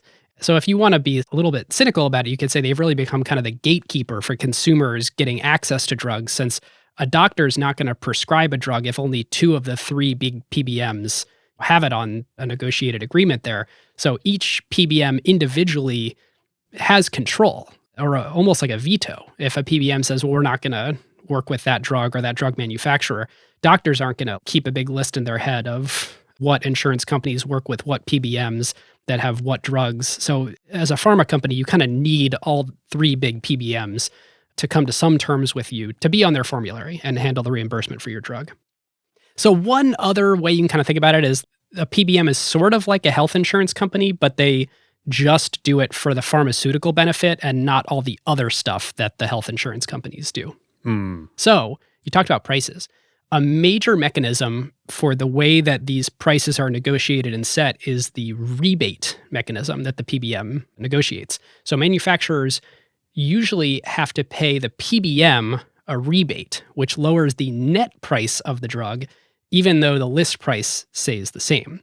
So there's a sticker price, but then there's a rebate that, once the PBM pays the sticker price, actually the drug manufacturer. How does any of this get past the DOJ? Great question. So initially, the rebates worked well for drug manufacturers since there were a lot of PBMs and they could negotiate. But now that there are 3 big PBMs, the pharma manufacturers have essentially lost all their leverage. In most cases, I'll say in most cases, and we should come back later to what are the exceptions. So rebates are extremely high. Eli Lilly has publicly claimed that the cost of these discounts and rebates accounted for 75% of the sticker price of insulin. If you're getting a rebate on 75% of the total price, the sticker price is not the price. Wow. Wait, so who gets the rebates? Is it the PBMs themselves or the consumers? Well, PBMs say that they tend to pass most of the rebate along to the healthcare plan. Yeah, consumers are far away from any of this. And the healthcare plan says they share it in some fashion with the employer in some part of their agreement to be the healthcare provider, the insurance provider for the employer. But this is a quagmire of a debate that is out of scope for this episode. And my favorite quote from one source that we talked to described rebates as a game of hide the sausage. Oh, gosh. Wow. But yes, you're right, David. Nowhere in there did I say, oh, the patient gets the rebate. You can see how demand signals from patient and actual sort of clearing prices of a patient and what they're willing to pay for a drug, all that signal just gets lost in all of this middleman mania. Wow. So that is the current state of what happens when many people or most people go and fill a prescription. So bringing it back to when the Novo Nordisk merger finally happens, this is the background on the go-to-market side, at least in the US. And then there's also the background on the infrastructure side, thanks to genetic engineering, where scale now really matters. And both companies are now on much more of an even footing. So in January 1989, the Novo Nordisk merger is finally announced. And it's a dual merger of both the operating companies and their respective foundations. So the 2 foundations merged into one, and the 2 operating companies merged into one as well. And I had to dig a bit to figure out the exact economic splits. I believe that the final ratio was 62% Novo and 38% Nordisk. So Novo was still the kind of larger majority institution here, but this is a far cry from when discussions first started 10 years ago and Nordisk was this little, hey, we're buying you for cash, essentially. No, now it's this is really a 60-40 merger. It's crazy. The 2 guys that split off and went to be cowboys and start their own little competitor, even though they didn't have the license, ended up creating the bigger company. Yeah, wild. And they drove each other to create all of this innovation over the years. So the new combined company has roughly $1 billion in insulin revenue and 50% global market share, with Eli Lilly just behind at 45% and Host at 5%. That kind of tells you right there how much the market has grown just during the decade of the 1980s. That puts the total market size at roughly around $2 billion for insulin. 10 years ago, the total market size was $500 million. Wow. Yeah. Wow. The enzyme and other businesses within Novo, they stay with the company for now. They would get spun out later in the year 2000. And that contributes another roughly $500 million in revenue, but with lower margins, as we talked about. The Novo CEO and Henry Brenham from the Nordisk side, they remain as co-CEOs for the next couple of years. And Brenham notes that they are still a dwarf compared to the increasingly consolidated pharma market out there, but we are, quote, a specialized dwarf that will probably create a certain furor on the global stage. And what they're referencing here is, as we were talking about, this is the era when just huge pharma mergers start happening. So Glaxo and Wellcome merge around this time. AstraZeneca merge around this time. Sanofi buys Horsch. These are all multi-billion dollar, tens of billions of dollar transactions that makes Novo and Nordisk look kind of like small potatoes at the time. And actually, Wall Street and the investment community believes that this is really just the first step, that this is Novo and Nordisk and, the leading insulin business in the world sort of preparing itself for a further merger or sale into one of these new diversified global pharma conglomerates. And actually, this is crazy to think about in retrospect, but Novo Nordisk management agrees with that. That's actually their plan. Like, there's no rush here, but they think that they do need to merge into a larger organization. So they think the writing is on the wall where we need scale in order to function in this changing marketplace. And so we're going to merge in. And what they didn't realize was that the market that they were on top of would actually, sadly, be a tailwind that gets them to scale without merging with anyone else. Yes. Basically, all throughout the decade of the 1990s and into the 2000s, management is in constant merger or sale negotiations with one of these big pharma giants or another. And kind of luckily, none of them come to fruition. And in the meantime, without anyone, including them, really noticing, the combined company just keeps compounding on these tailwinds of the expansion of the insulin market and insulin treatment of type 2 diabetics and all the supply that's unleashed by genetic engineering. So revenue and profit compound again at like 20%, sometimes 20% plus annually for like 15 years there. They're firing on all cylinders. In the year 2000, they sign a huge deal with Walmart. They land a supply agreement with the VA hospital system for the first time, the Veterans Affairs hospital system in the US, which is enormous. And so by the end of 2003, annual revenue for the company is now over $4 billion. And that's pretty much just on insulin alone. Remember, they've spun out Novozymes. All the subscale pharma businesses that Novo had are all gone.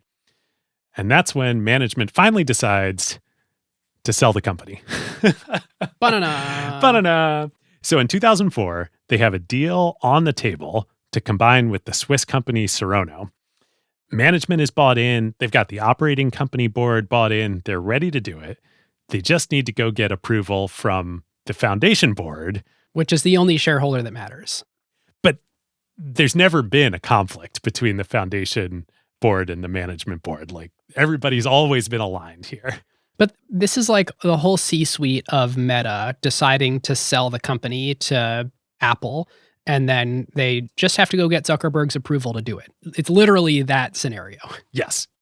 And there's a clause in the foundation's agreement with the company that there must be a, quote, convincing business argument from the company's board of directors to the foundation board of directors that any merger or sale is a necessary precondition for the business to maintain and expand its position as a competitive business at the international level.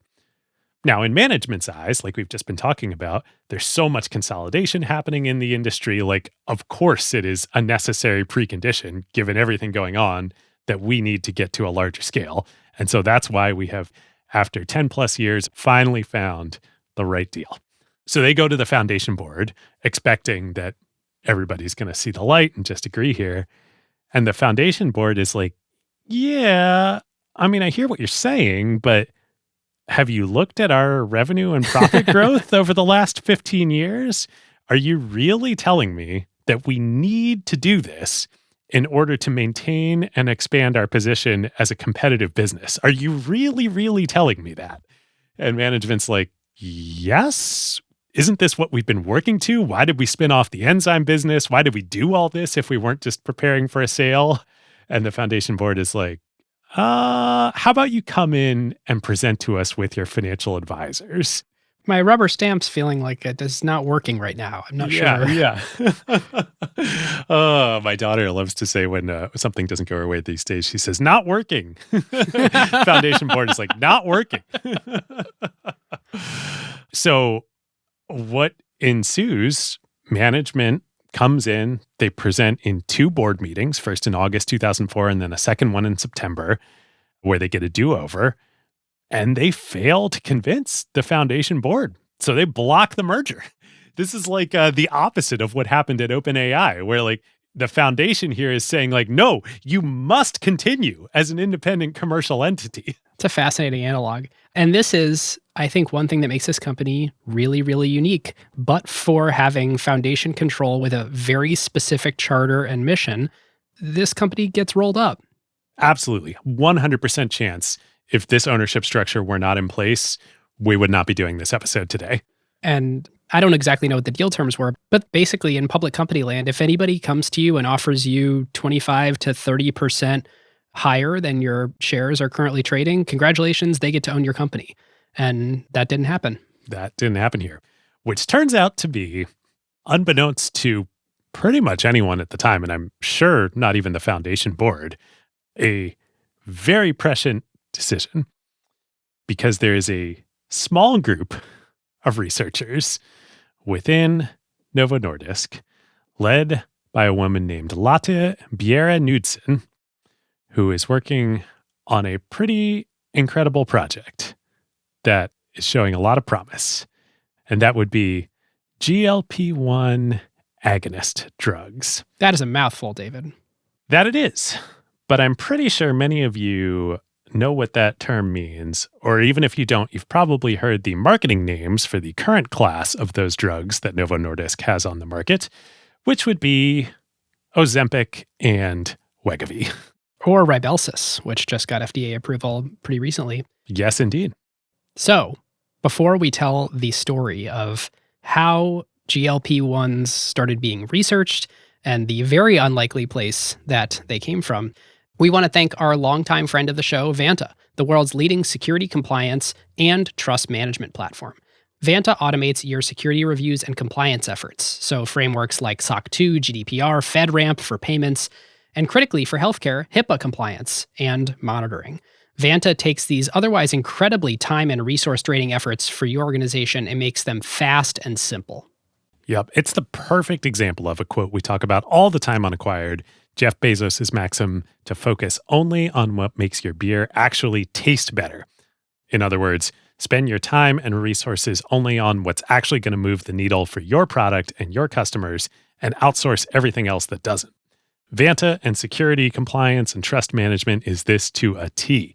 Every company needs it, especially every company operating in healthcare, and it plays a major role in enabling revenue because customers and partners demand it, but yet it adds zero flavor to your actual product. So enter Vanta. Vanta takes all the spreadsheets, fragmented tools, and manual reviews that go into managing modern security and compliance requirements and turns them into a single software pane of glass that connects all of your services via APIs and eliminates 90% of the work for your organization. And it makes these otherwise static, point-in-time security reviews dynamic, so you can monitor your security posture in real time and share it with your customers and partners.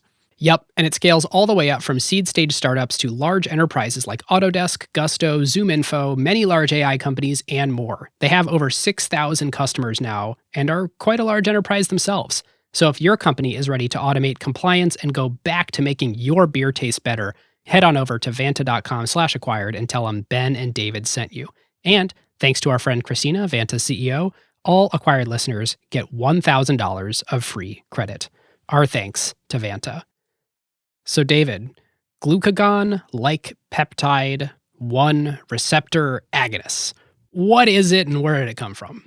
Well, it really is the story of Lotte Bjerre-Knudsen. She started at Novo in 1989, the same year the merger happened, right out of undergrad as a scientist, actually in the enzyme division, which I didn't realize until you sent me an article last night, I think, about this.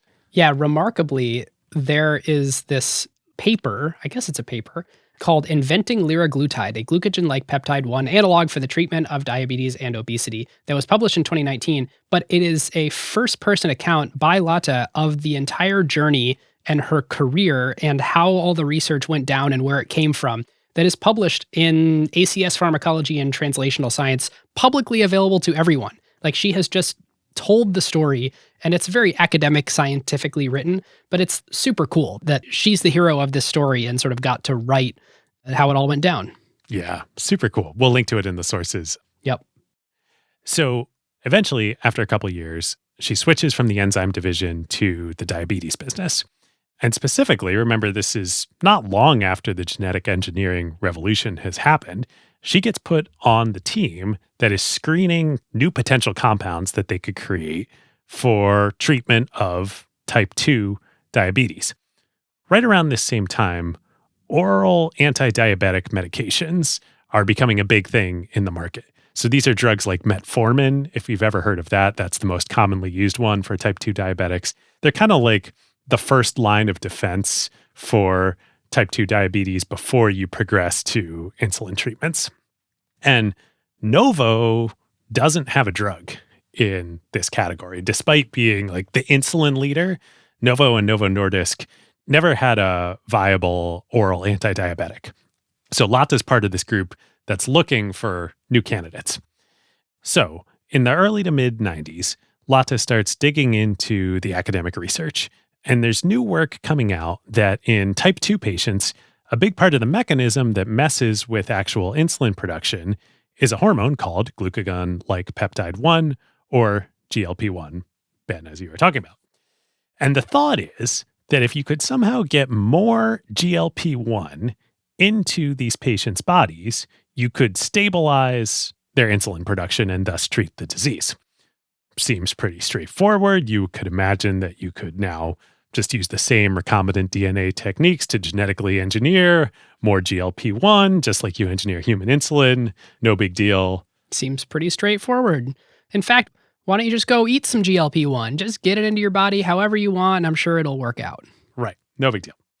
Except the problem is GLP-1 only stays active in your body for about 5 minutes before your body completely metabolizes it and breaks it down. So in a normal, healthy person, you're just producing GLP-1 all the time, and it's regulating your insulin production, et cetera. In type 2 diabetes, that gets disrupted. You can't just put more regular human GLP-1 in the body, or it's going to go away immediately. So a whole lot of people across the industry kind of bang their heads against the wall. Nobody can figure out how to make this work. And the industry and the academic research community pretty much abandons it as a drug candidate. But Lotte is like, if we could make it work, this would really, really help people and be a great drug. So she faces a lot of pressure inside the company, outside the company. Why are you still hanging on to this? Why are you still pursuing this path? And then finally, a few years later, in the mid-90s, management actually gives her an ultimatum. And they're like, you either need to crack this and get an actual drug candidate in the pipeline within a year, or we're going to shut down this whole program. And remember, this is even like Novo Nordisk, the world-class, most focused on pure play diabetes research company in the world. And even they are like, yeah, we're almost ready to abandon this whole thing. Crazy. What year is this? This is like 95, 96. All right. And she's been doing research on this since like 91, I think is when her and the team started cranking away on GLP-1 research inside Novo. Around that. So a few years with nothing to show for it. Yep. So she keeps tweaking the GLP-1 molecule. And again, you can do this with recombinant DNA. You can tweak any molecule. So eventually, she develops a GLP-1 analog being, similar type molecule called liraglutide that includes a fatty acid grafted onto the molecule that helps prevent the body from breaking it down. And this is the big breakthrough. Liraglutide ends up having a half-life in the human body of 13 hours compared to, like a half-life of 2.5 minutes for straight up GLP-1. That'll help. Yeah, that satisfies management's ultimatum. The mechanism by which it does this is totally fascinating. So you mentioned that the fatty acid gets attached to the GLP-1 to create this GLP-1 analog. The way it basically works is it has to bind in a very specific location such that the receptor is not blocked, but it is sort of grafted onto that molecule so they can travel together. The fatty acids then make it so the GLP-1 can bind to another protein, which I believe is pronounced albumin, which is this really large protein that is very common in the bloodstream. And so it protects the GLP-1 molecule from the degradation by enzymes, and it protects it from being sort of quickly cleared in the kidney because that sort of bound molecule is now too complex, too large to be filtered. So it kind of makes it like a big truck bouncing down a small highway in that the molecule is protected. Yeah, and I think that's how she phrases it too when she describes it as protecting the molecule. Yep. The fatty acid sort of, well, it makes it big and stick to stuff. Sometimes it's good to have a layer of fat around you. Okay, so 13-hour half-life, this liraglutide can become basically a once-a-day drug instead of an every 5 minutes drug? Yeah, well, I mean, eventually. But now here's the thing with this stuff. To get a whole new class of drugs to market takes a really long time. So this is a big breakthrough, kind of 97-ish time frame. But, Novo's like, great, we're going to invest in this. This is promising. We'll see in a decade if we can get this to market. So they start the clinical trial path first with animal trials for several years, then many phases of human trials, et cetera. And that brings us to 2005, when the world's first GLP-1 analog drug finally comes to market for the treatment of type 2 diabetes.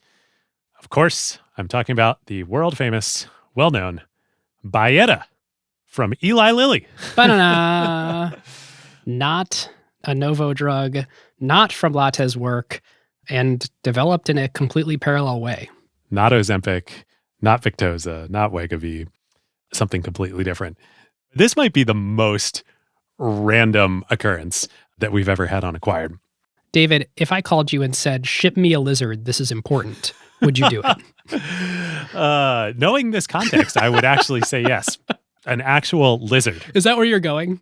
Yes. Yes. Okay, great. So during this time, in parallel to Latte's work at Novo, 2 American researchers in the VA hospital system, the Veterans Affairs Hospital System, Government employees, somehow discovered that a hormone contained in the venom of the Gila monster lizard, literally the lizard called the Gila monster, which has poisonous venom. One of the hormones in its venom also was a GLP-1 analog, acted similarly to GLP-1 in the body, and didn't break down within 5 minutes. David, go get that poisonous lizard venom, take all the poison out, and inject it into me, please. That's what I'm asking you to do. Let's see if that works. I have no idea how this got proposed and why people thought this was a good idea, but incredible that it worked. Incredible. So in 1995, Daniel Drucker had a lizard shipped from Utah to his lab, and he started experimenting with the deadly venom. David, aside from the research done at the VA, do you know where Daniel Drucker was a researcher? Ooh. Well, I know one of the scientists at the VA was a guy named John Eng, and I believe he was at the VA hospital in the Bronx. I'll give you a hint. Daniel Drucker was not a researcher at the VA. He was at a university. Ooh. Daniel Drucker, and I believe still to this day, was a researcher at the University of Toronto. Oh, amazing. Yep. It comes full circle. And he owns the domain glucagon.com to establish some extra credibility. I love it. Yeah, so it seems, best I can tell, that there were sort of parallel research efforts being done on the early GLP-1 and sort of place to find GLP-1 in the world to eventually turn it into a product. The naturally occurring GLP-1 analog. Yes. As opposed to the engineered liraglutide. It actually does become a drug candidate. They license it to Eli Lilly. Eli Lilly develops it into Byetta, and Byetta hits the market in 2005. It's FDA approved, and it works. It's not poisonous. It doesn't kill people. And it is the world's first GLP-1 analog to come to market. But, like, it is effective, but it's not like overwhelmingly more effective than traditional anti-diabetic orals like metformin and the like. And more importantly, the half-life is not as good as liraglutide. So Byetta requires 2 injections per day, which, if you're a type 2 diabetic and you're not yet at insulin treatments, you're like, well, I could stick with oral anti-diabetics like metformin. I could go try this new thing, but that's going to be 2 injections per day. Do I really want to do that versus stick with orals and then transition to insulin injections when I need it? I can barely remember to take my multivitamin orally once a day. Asking anybody to do something, especially invasive, twice a day is a big behavior change. Big behavior change, totally. And it's important to remember what these GLP-1 agonists are actually doing. It's just generally raising the baseline of your body's own ability to secrete insulin. It's sort of making you behave more like a person without diabetes than you otherwise would. Yes, correct. But many people still would need insulin on top, depending how far along the spectrum you are. Yes. So that's 2005. So then in 2007, Lotte and Novo Nordisk's liraglutide GLP-1 agonist enters phase 3 human clinical trials. Yep. And for those who have heard these phrases before, phase 1, phase 2, phase 3, and never knew what they meant, phase 3 is the really big, really expensive one. And I'm going to quote Alex Telford, who wrote this really amazing, long blog post sort of explaining how the clinical trial process works and why drug development has gotten so expensive and all that. We'll link to it in the show notes. It's one of my primary sources. He says, typically phase 1 trials focus on safety and finding an appropriate dose, often in healthy volunteers. Phase 2 on establishing preliminary evidence of efficacy in patients. Phase 3 on confirming efficacy in a larger sample of patients and collecting robust safety data. And it is worth pointing out, when I say the expensive one, 29% of all R&D for a drug is spent right here. So phase 1 is 9%, phase 2 is 12%, phase 3 is 29%, with the rest of it sort of coming from that early basic research, drug discovery, preclinical studies, and the, a little bit later with the regulatory review, but like almost a third of the entire spend of the whole R&D pipeline for a drug is here. So big freaking deal to go through a phase 3 trial. And my understanding is that most drugs never make it to phase 3. And if you make it to phase 3, that's like very promising. It's not automatic that you're going to get approved and it's going to work, but it's promising. It's a great question. Thanks to Alex, we have the data right in front of us. So here's the probability that a preclinical study even makes it to the phases. That's 69%. So you're a little over 2/3 once you enter a preclinical study to graduate to phase 1, 2, and 3. But in phase 1, 2, and 3, about half of them get weeded out each time. So 52% make it through phase 1, 36% through phase 2, and only 62% through phase 3. And once you get into regulatory review, then there's a 90% chance that you get approved. But each one of these gates filters out about half of the drugs that enter. But I guess if you look at the like kind of lifetime risk of approval for a drug, by the time you make it to phase 3, you're pretty far. So of the 69% that even make it into clinical development, you've got 36% left at graduating phase 1, then 13% left graduating phase 2, then all the way at the end, 8% graduating out of phase 3. So it gets pretty winnowed down over that course. But to your point, it's a big deal to enter phase 3 because it shows that you are one of the 13% that have made it this far. Yep. Cool. Okay. So as they're in trials, and Novo knew this, but it's starting to get confirmed that 1, liraglutide is going to be more effective than Byetta. 2, more importantly, it's only going to need to be injected once per day because the half-life is longer. And 3, it's also now starting to be observed and confirmed in these human trials, something that Lotte had noticed all the way back in the animal trial phase, that rats who were injected with very large amounts of liraglutide would stop eating. And it seemed to have an effect on appetite. And if these rats had very large amounts of it, they would literally starve themselves to death and refuse to eat.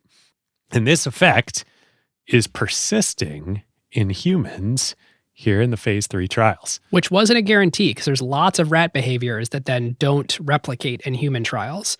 And so while they were not specifically studying it in this trial, they were studying the effects on type 2 diabetes.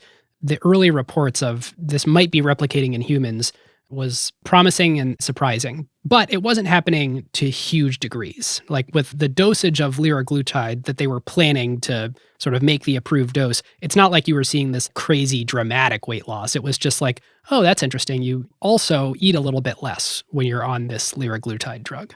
But nonetheless, it's a pretty interesting thread to pull on, especially because many other anti-diabetic drugs up until this point had actually caused patients to gain weight. Right. Which, of course, compounds the problem.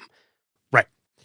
So Lotta and her R&D team, they push Novo Nordisk to consider also pursuing a parallel FDA approval and commercialization path for the same molecule, liraglutide, as a weight management drug based on this evidence that they're seeing in the trials. Which in FDA speak is an indication. You're trying to get it approved for a second indication. Yeah. Now, this was truly an out there idea. There is a huge, huge stigma around weight loss drugs. Enormous. Yes, the stigma is real, but there's also an interesting product efficacy thing here. So Vox.com put it really well. They said, not only do weight loss medications have a dangerous history, but there is also a persistent bias and stigma against the disease that now afflicts nearly half of Americans. Obesity is still widely viewed as a personal responsibility problem, despite scientific evidence to the contrary.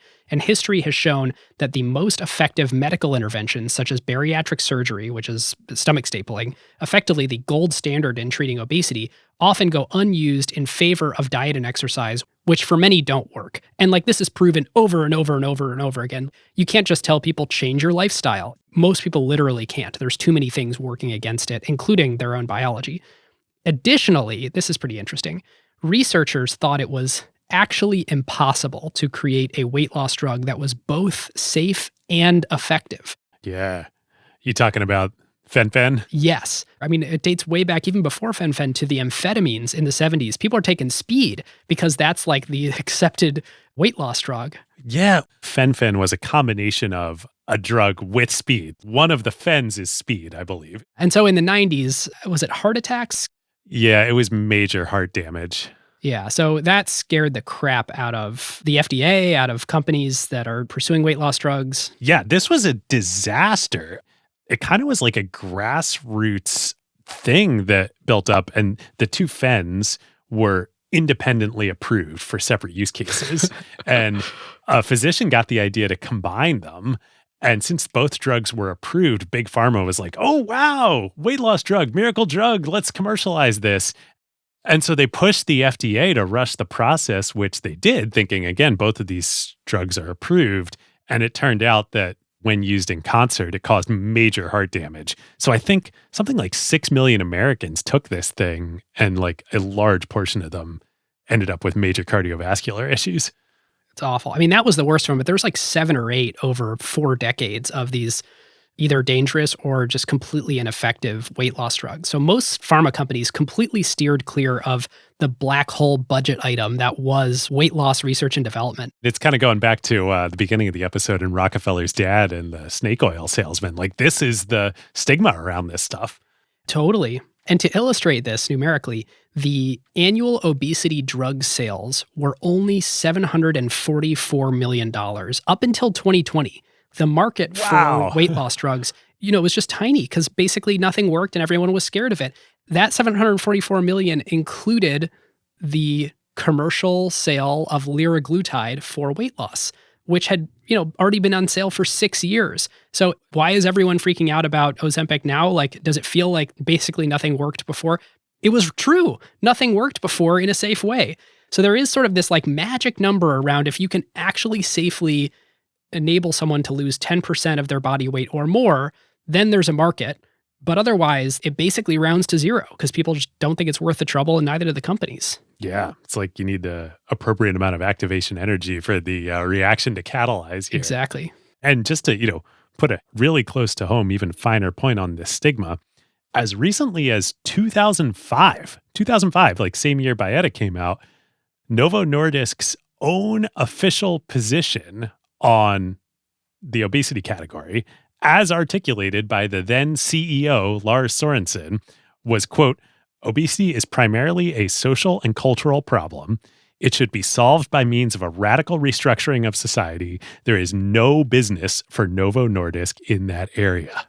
Now imagine Lotte and her team trying to get the company to release a liraglutide for weight loss when that is the company's official position. Right. You're like, look, I'm looking at these humans who are eating less. Right. So, what's going on here and why is Lotte pushing for this? She's a great scientist, well-respected, and at this point she's made her career on the development of liraglutide and GLP-1 against all odds just for diabetes. Why is she pushing this? This is a very, very different situation than what happened with fen-phen. Totally. We still don't know the super long-term effects of it, but we certainly know that months after taking this thing, large populations of people are not having heart attacks. Yes. And Lotte knows this too, obviously, because liraglutide, like the drug, the same thing, has now been through 12 plus years of super rigorous trials, starting with animals, now with humans, international approval processes. There were issues along the way, like there are with any drug. Dude, the 2010 trial was 9,000 patients across 32 countries. This is a big, expensive, almost 2-year trial. Yep. She's like, yeah, we're pretty sure here this is about as safe as any drug possibly could be. And at least in the medium to short term, like, this is not a cause for worry in terms of safety. It's just that all that testing and everything was done for a different use case, but it's the same drug. So she eventually convinces the company to push forward with this. And in 2007, so only 2 years after the CEO made that statement, Novo enters a slightly higher dose version of liraglutide into human trials for weight loss. And why do minds change quickly on this? Like, the commercial opportunity here, if you can get approved, if you can get it to work, if it's safe, is unlike anything else the pharma industry has ever seen. Like, if you could really crack this market. So at this time, back here in the mid-2000s, already about a third of the US population is medically obese, defined as a body mass index over 30. 2/3 are medically overweight. The World Health Organization estimates that 500 million people worldwide are obese. So that's a total addressable market here of like 100 million people just of medically obese people in the US alone. 500 million plus, probably more like 1 billion worldwide. There are no other drugs and diseases that affect this many people, not even diabetes. Yep. And just like diabetes, it turns out that in most cases, obesity also is a chronic disease. So yes, you have this huge TAM of people, but it's also people that are then going to be taking the drug probably for the rest of their lives. Which is just like a statin, or, there's a lot of treatments for chronic diseases that we give people that are drugs that you have to take for the rest of your life. Yeah, you're right. It's like totally different than making a vaccine or making a, hepatitis C cure or something like that. It really is for better or for worse, a durable, ongoing, recurring revenue stream. This is annual recurring revenue here. Yeah. So in early 2010, Novo gets final approval for Victoza, which is the marketing name for the diabetes version of liraglutide. So 5 years after Byetta, Victoza is finally officially hitting the market in the US. And remember, this is just FDA approved for diabetes. But of course, everybody knows about these trials going on for weight loss and the ability to lose weight. It hits the market, and it is a enormous hit. It doesn't just overtake Byetta as the leading GLP-1 drug on the market for diabetes. It massively expands the market. So year one, in the first year that it's on the market, Victoza does roughly $300 million in sales. The next year, the first full year it's on the market in 2011, it does over $1 billion in sales just in that year. So there's this concept in the pharma industry of a quote unquote blockbuster drug. And these are drugs that achieve $1 billion in annual revenue. It's sort of like the tech industry calling it a unicorn when you have $1 billion valuation. Exactly. It's the pharma version of a unicorn. And these are like Lipitor, Humira, Advair. There's a bunch of examples, but that really are a huge breakthrough, address a large enough population. There's a bunch of ways to sort of slice it, but usually they're drugs you've heard of. Yeah. And Victoza hits it in, its first full standalone year on the market, which is super fast. So what's going on here, obviously, is that people are not using Victoza just for diabetes. I mean, people are using it for diabetes, but people are also using this for weight loss. And you might be asking yourself, how does that work? If the FDA has only approved it for diabetes, what's going on there? Well, it is actually at the doctor's discretion if they want to prescribe an off-label use. So if a doctor does enough independent research or reads a study, or technically, I don't think the drug companies can provide any marketing materials or sway the doctors in any way. So that the information can't come from the drug manufacturer. But should the doctor believe that this drug would be good for their patient, even though their patient doesn't have the FDA-approved illness, or I guess whatever the indication is. The FDA-sanctioned indication. Yes, the doctor can prescribe it for an off-label use. Right, and that's not illegal. And let's be honest here, like some of this is doctors, but a lot of this is patients going to doctors and being like, hey, I heard that this Victoza thing could help me lose weight. What do I got to do to make you prescribe it for me?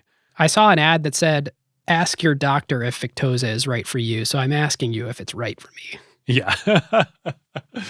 We should say everything in healthcare has a modifier of sometimes, and everything I just said is true sometimes. It's not always true that the doctor has complete control to prescribe off-label, but I think it's a reasonable way to think about it. Yeah. But David, it's not that effective.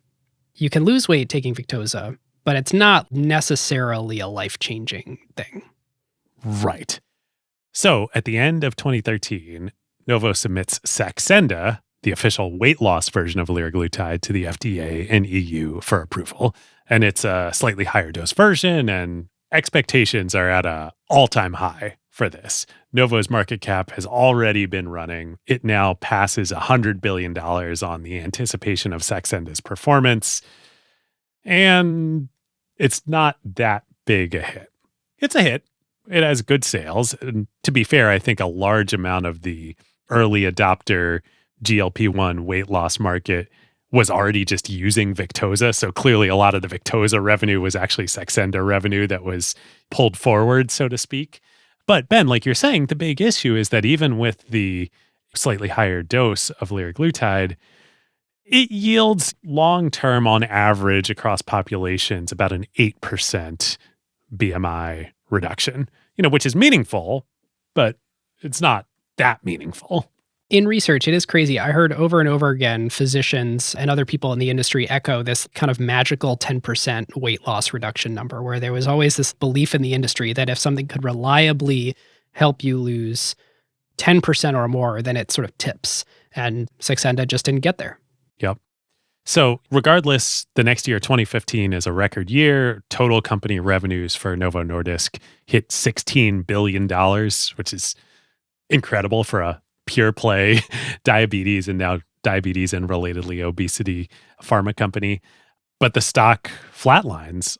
Yeah. And right around the same time, you've got the insulin pricing scandal where America is waking up to the idea that insulin is getting more and more expensive and it's becoming more and more essential for a huge population of people.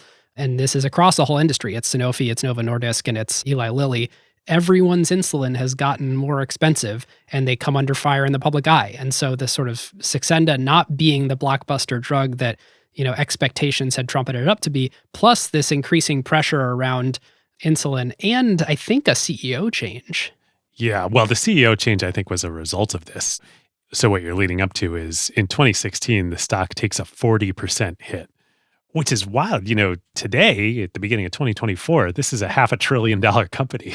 And a few years ago, it was a well less than $100 billion market cap company. Yep. But there was that really dangerous narrative that these GLP-1s aren't going to be as crazy as everyone, at least everyone in the know, thinks. And also, their only franchise of insulin is suddenly under fire. Yeah. So In September 2016, the then CEO Lars Sørensen resigns. Current CEO Lars Jorgensen takes over. Amazing. So wonderfully Danish.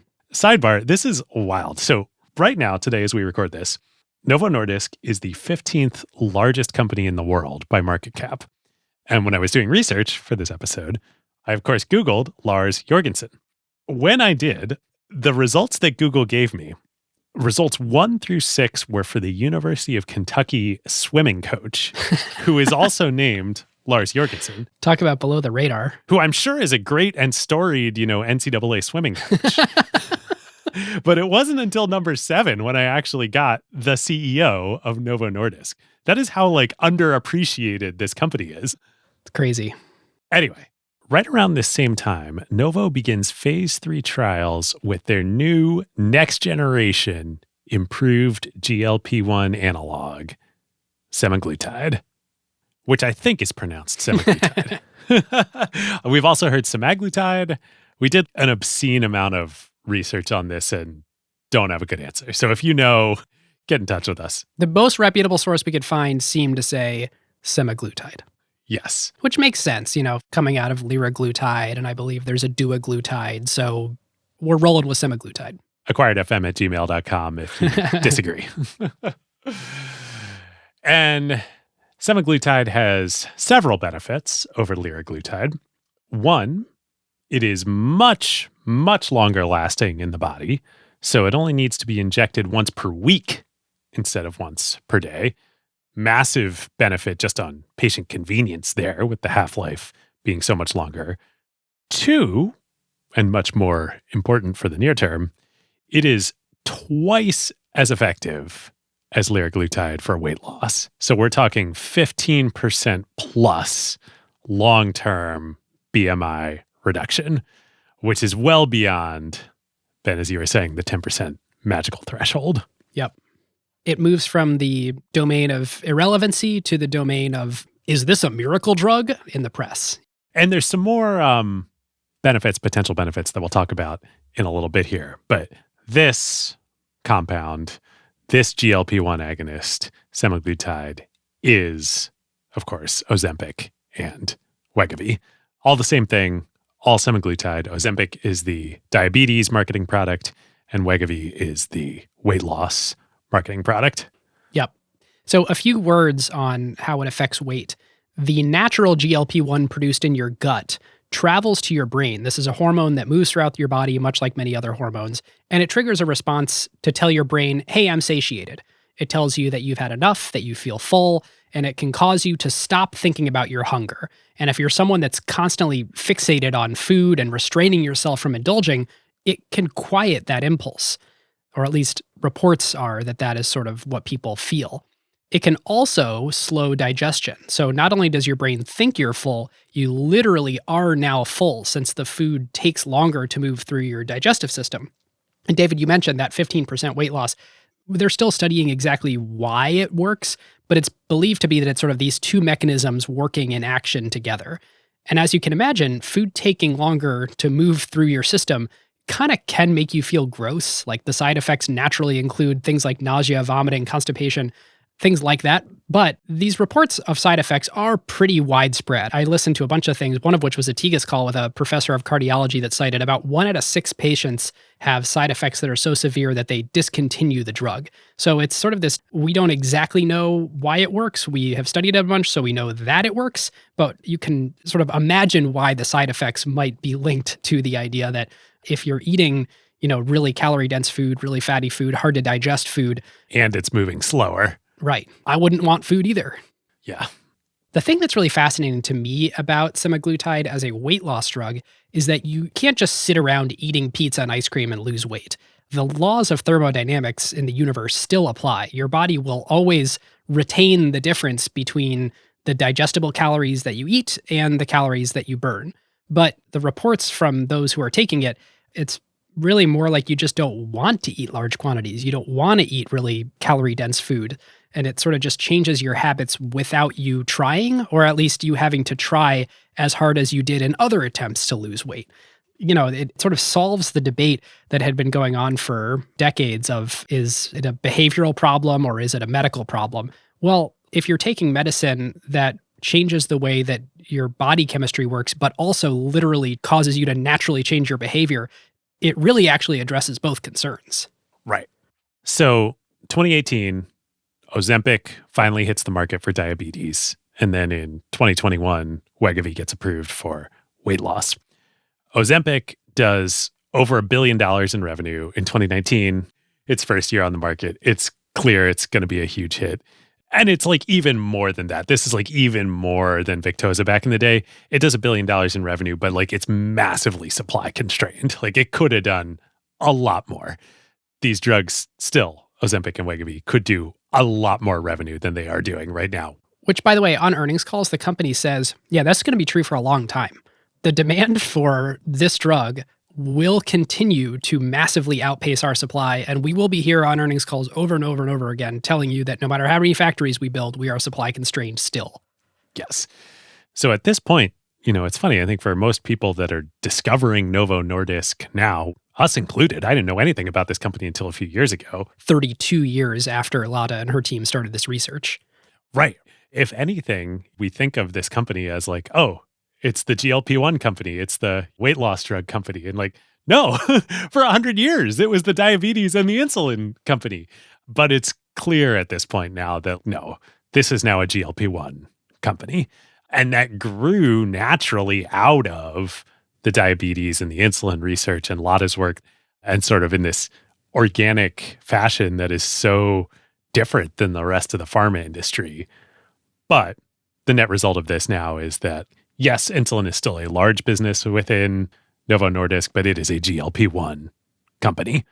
So when Wegovy finally launches in the US in 2021 as the official FDA-sanctioned weight loss version of semaglutide, it gets the same number of prescriptions written for it by doctors in the first slightly over 1 month than Saxenda had in its entire drug lifetime.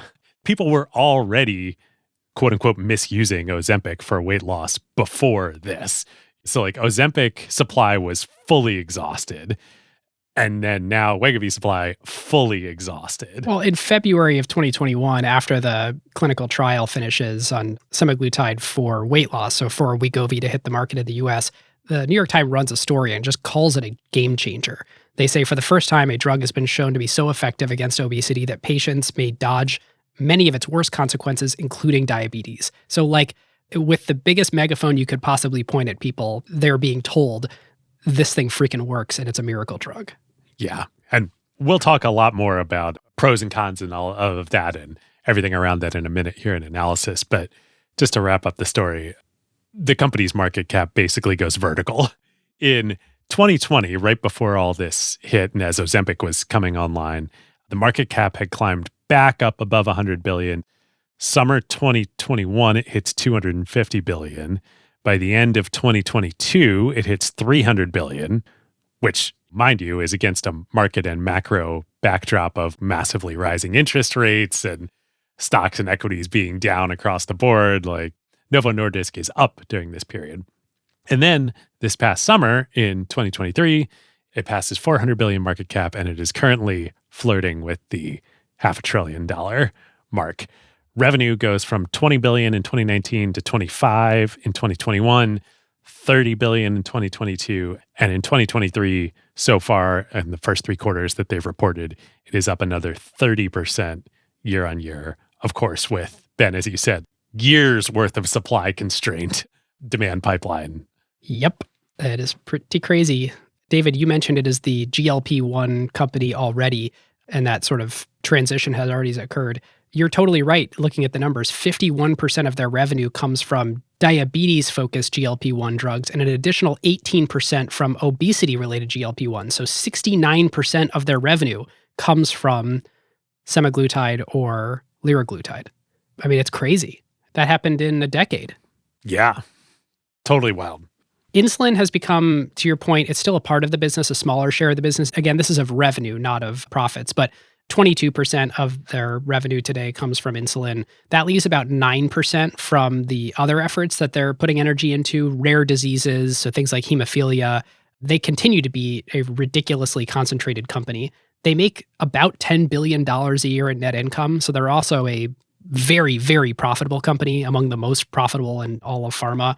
The 55,000 employees. So it's a huge international company at this point. And I want to talk briefly about margins. Later, we will talk about why margins are actually not the most interesting measure to look at, but it's worth knowing them because we talk about them on every other episode. Gross margins are better than software. They run about 84%. Lilly is also a very high margin company running about 80%. For context, Microsoft has a gross margin of 70% and Google is 56%. How is Google's gross margin 56%? They must be stuffing a lot of other revenue besides search into the top line. I assume all the billions they pay Apple comes out of cost of goods sold, all the traffic acquisition costs. Probably also for their infrastructure and for Google Cloud. Yep.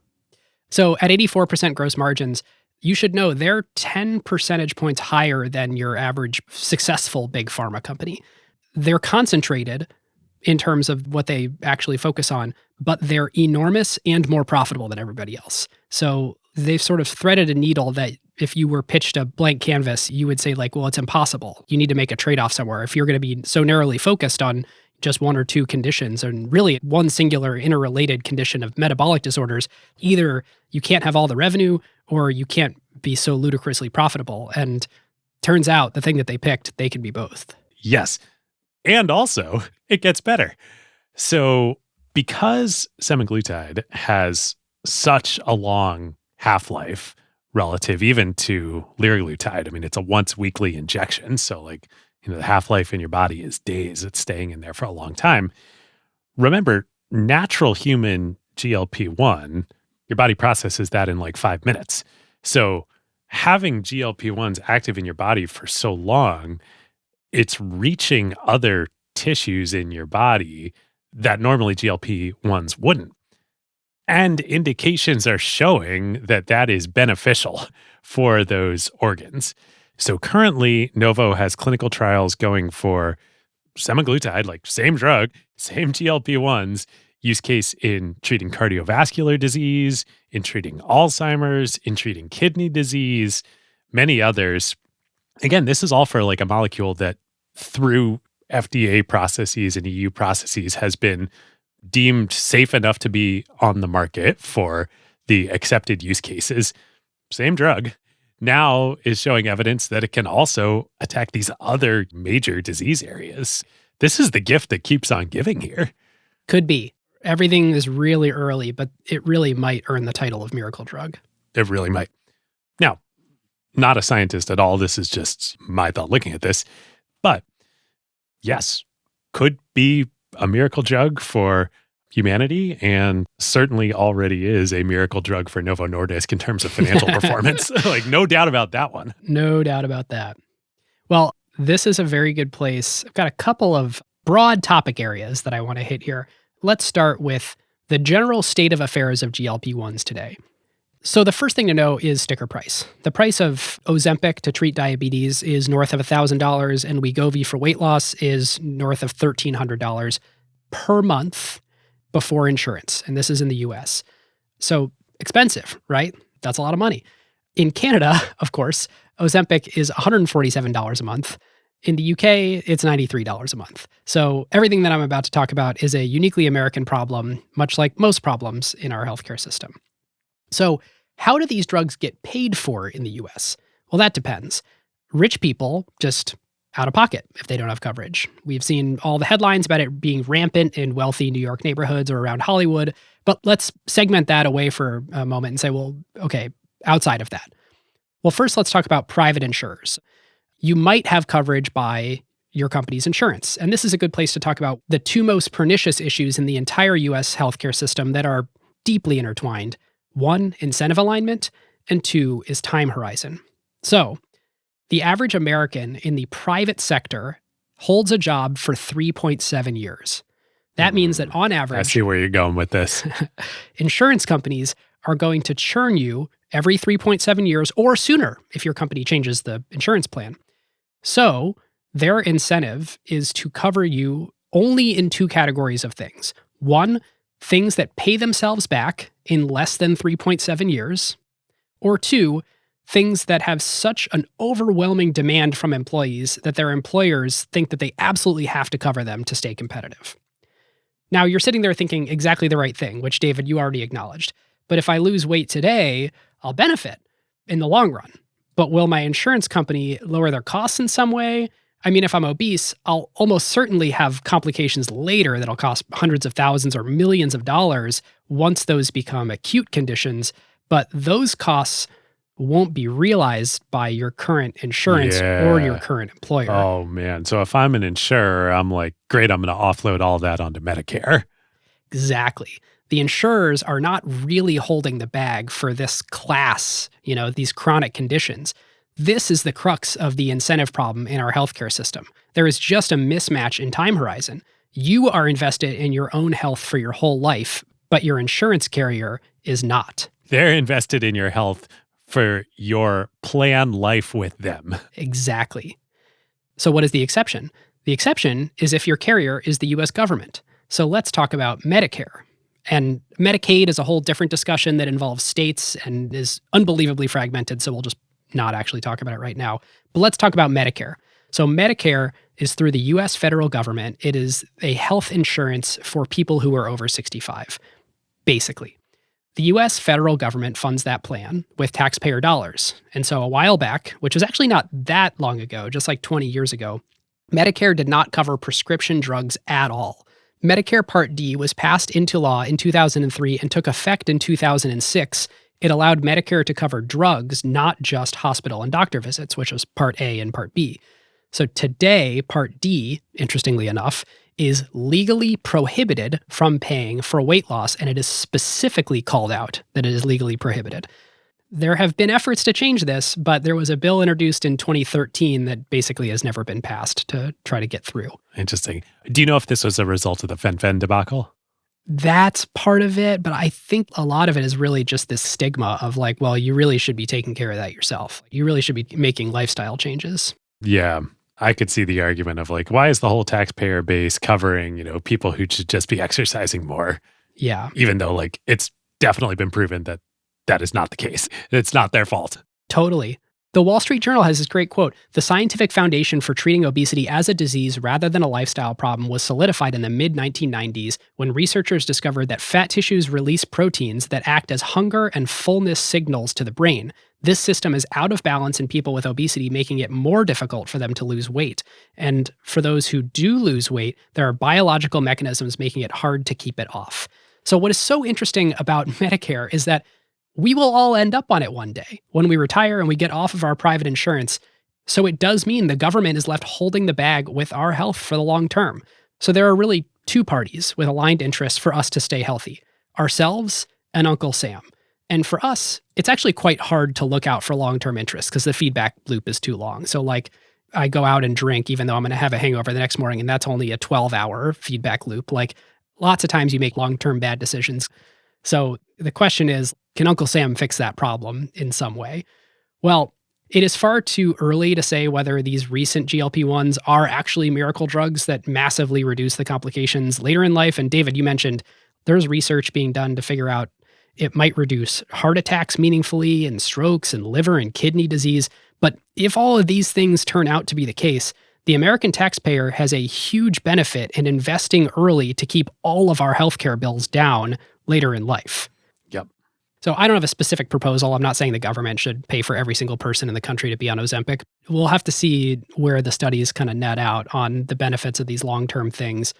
And taking the sort of moral thing aside of like, does everyone deserve a miracle drug if it exists, even if there is no economics around it? It might just be ROI positive for Medicare to do this if everyone's going to need knee replacements and hip replacements and diabetes treatment and amputations and cardiovascular interventions.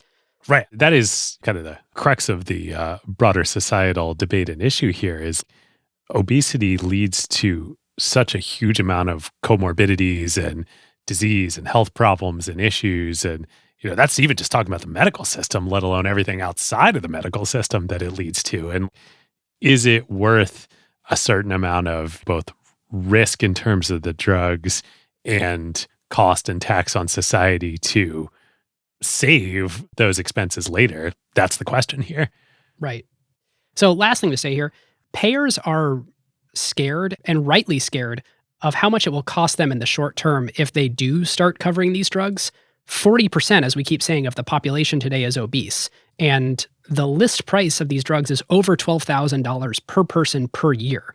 So insurance companies, employers, Medicare, they literally don't have the budget right now to fund all the demand for these drugs. So even if we had all the supply, so there's a lot of intentional slow rolling and campaigning to try to get people to look at other interventions first before these drugs, given how colossally expensive it would be right away. Yep. Which might be a good time to talk about Eli Lilly and other companies out there that are also bringing GLP-1 drugs to market. Yes, please tell me about tirzepatide. Yeah, so obviously other big pharma companies have not just been completely ignoring this incredible development / cash gusher that has emerged in Novo Nordisk land. Eli Lilly now has a GLP-1 diabetes approved treatment on the market under the diabetes brand name Mounjaro that seems to be as if not more effective as semaglutide in terms of weight loss when used for obesity. And tirzepatide is basically the same. It's a GLP-1 receptor agonist, but it is also a GIP, which they're basically bundling two hormones together that act in concert to be certainly a little bit more effective on weight loss from the early trial data, but also potentially more effective on helping your body produce insulin as well. So that's showing great promise. It was approved in the US for diabetes treatment in May 2022, and approval just came recently in November 2023 for official FDA-sanctioned weight loss use case under the marketing name Zepbound. So look for that in 2024.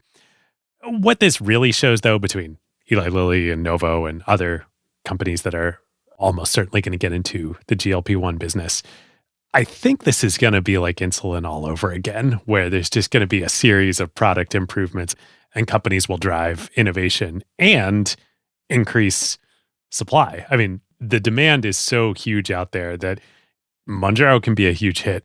Ozempic and Wegovy will continue to be huge hits. Other companies getting into the game will be huge hits. Novo has next generation GLP-1 drugs in the pipeline themselves. CagriSema is the big one that they're currently working on that they think will be as good, if not better, than what Eli Lilly has with tirzepatide. So I think we're basically just assuming that everything continues to be proven safe in the long run. We're kicking off a new super cycle here in pharma development around these compounds, just like played out with insulin over the last century. Yep. And it really also just goes to show like it was time. Multiple researchers arrived at similar ideas concurrently, which we see over and over again in the world. Uber and Lyft is sort of our modern canonical example. Cellular connectivity plus GPS plus iPhone sort of made it possible to do something for the first time. Multiple parties were arriving at the same time to do that. And I think science had sort of just arrived at a place where multiple parties could develop similar things side by side. And so now there's certainly a catch-up race among other pharmaceutical companies who weren't doing this to now try to get into it and see if they can compete. Totally. Other things to know about these GLP-1 drugs today. For diabetes, I tried to basically figure out from asking around, what are people actually paying for this? Like, what are most people actually paying? Because list prices of drugs, as we discussed earlier, is stupid. At least in the US, yeah. Yes. So there are a lot of reports of people paying somewhere in the neighborhood of $300 a month after insurance as their actual cost. And to corroborate that, a different way to arrive at that number, one person told me that it is common for most employers to put between a 20 to 50% copay on these drugs. So at $1,000, that's $200 to $500. So on the one hand, it's still very expensive, $3,000 to $4,000 out of pocket per year. That's probably like my entire out-of-pocket healthcare spend in an expensive year. That's a big price tag. But on the other hand, if that's the thing that changes your life, that could be seen as an easy choice. Now, it's easy for us sitting here to say something like that because there's a lot of people that don't have that kind of cash to spend on something that could potentially change their life. So there's definitely a meaningful access problem, not just the supply constraint on the manufacturing side, but even at a highly subsidized rate from insurance, a lot of people still can't actually afford the drugs. The last thing I want to say on the current state of GLP-1s is that non-adherence is a bigger issue with these drugs than many other drugs that have come before it. There's some research that points out that as many as 68% of people roll off it after a year. And part of this is related to price or changing insurance that doesn't cover it, or that it's hard to find since they're still supply constrained, or maybe there are side effects that a doctor is not sort of like staying on top of with you. So you just get fed up and you're like, screw this, I'm off. But a lot of employers and insurance companies are sort of waving their arms around and saying, why are we covering this expensive thing when people don't even stay on it and all the benefit goes away when they get off of it, or at least, 90% of the benefit goes away and your weight yo-yos back up. So there's some very real things to figure out in making sure that you can prescribe these GLP-1s in a way that come with enough hand-holding to help you understand and manage the side effects and make all the behavioral lifestyle changes that you sort of need to make them be effective and sustainable. Interesting. I hadn't found that about non-adherence. Yeah, it came up in a bunch of Tegas calls. There must have been some hedge fund investor trying to dig into building a model of non-adherence into their DCF. Well, before we go into analysis, there is a little bit of catching up to do on the insulin market, because we kind of left it as, hey, it's still 22% of revenue in Novo's business, and big three companies, Sanofi and Eli Lilly and Novo, really compete here, and they've iterated to become great products over time. Well, one thing that we didn't talk about is the complete destruction of how attractive it is to operate an insulin business. And this is super recent. So if you would have asked any of these companies 10 years ago, how durable is this revenue stream and how durable are the profits from the revenue stream, they probably would have told you that it's pretty durable because we have things like delivery pen mechanisms that we keep improving over time that are proprietary, that give us some pricing power, that we keep revising the formulation, so we keep getting the ability to patent new things. It's kind of difficult to manufacture because it is developed from living cells, so we're not just pouring chemicals into a vat. We do have to do some complex work to produce the insulin, so somebody's not just going to waltz in here and figure it out. And that was a pretty widely held view, and one of the reasons why I think these companies thought they had so much pricing power, which they got in trouble for. So one thing that happened was a big controversy over pricing that we talked about. In 2021, US officials alleged that Novo Nordisk increased prices more than 600% between 2001 and 2019 in lockstep with competitors to the detriment of diabetics. Now, Novo, of course, denied this, and they pointed out that the net prices had actually decreased since 2017. So very convenient that they just talked about the last 2 years of that 18-year accusation. So my read into that is, yeah, prices were really rising, and yeah, we all thought we had a lot of pricing power, and we don't want to dig too much into it. Now, if you look at the last 5 years, and especially the last 2, the opportunity to sell insulin for a profit has basically completely fallen apart. So you've got regulation that came in after the public outcry, so there's real price caps on what you can sell insulin for now. Biosimilars also came in. Biosimilars are effectively what people call generics, but for the category of drugs that involve live cells rather than mixing chemicals together. So traditional drugs have generics and biologics have biosimilars. Biosimilar insulin became a thing. And so a lot of the profits just got completely arbitraged away. And GLP-1s are here, so those are reducing demand for insulin too. Those 3 things in the last 5 years or so created this complete perfect storm for insulin to be a super unattractive business. Interesting. Obviously, as we've shown throughout this story, it's not like Novo Nordisk planned it that way. However, this is really to their great benefit, right? Because of all the insulin manufacturers, I guess Eli Lilly was first to market with GLP-1s, but Novo really created the true GLP-1 market and were the ones to really benefit from these early years while the competitors are catching up. In many ways, they disrupted it just in time. In some ways, you could say, wow, it's so courageous of them to come in and disrupt themselves. But on the other hand, it's like the headphone jack. Right. Was it courageous, or did they see the writing on the wall that eventually we're not going to make any money from insulin, and so it's time to really start putting our foot on the gas on this thing where we could have bigger market, differentiated profitability? I kind of think it was a happy accident that the timing worked out, but there are different ways to look at it. Yeah. I certainly didn't find anything in my research that suggests it was anything but a coincidence. Yeah. It's interesting to think about the fact that these companies thought that biosimilars weren't just going to waltz in and, eat their lunch and arbitrage all the profits away. Over time, the market for insulin became sufficiently large that they just had a target on their back. The prize became worth it. As we talked about in the NVIDIA episode, moats are only sufficient if the castle is sufficiently lame to invade. Otherwise, the castle becomes better. You need a bigger moat. In 1999, I think it was, Eli Lilly sold $700 million of insulin in America. 1999. By 2017, just two of their products sold $2.6 billion in America. Yeah, two of their insulin products. Yeah, 700 million to 2.6 billion. It's just an illustration of how large and how interesting that revenue stream became for other people to go after. Totally. All right, should we get into power? We're kind of there anyway. We're kind of in analysis land here. Yeah, let's talk power. And for folks who are new to the show, this is borrowed from our great friend Hamilton Helmer in his wonderful book, 7 Powers, where he talks about the means by which a company can achieve persistent, differential, positive returns versus their competitors in an industry. Yeah, or put another way, how to be more profitable than their closest competitor and do so sustainably.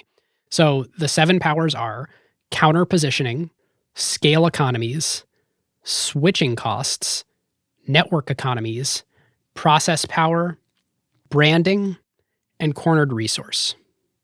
So the first thing I want to say is we are in the pharma industry, and so the one that has a blinking red light around it is cornered resource. Yes, this is a patent-driven industry. Yes. Novo Nordisk has the patent on semaglutide until 2032. And this is an industry where when you have the patent and you are able to make an N of 1 drug, and we're not quite seeing an N of 1 drug here, but it's an N of 2 drug, you get the profits. And frankly, the crazy thing is when you look at some of the analysis, the profits evaporate within 2 years of your patent going away.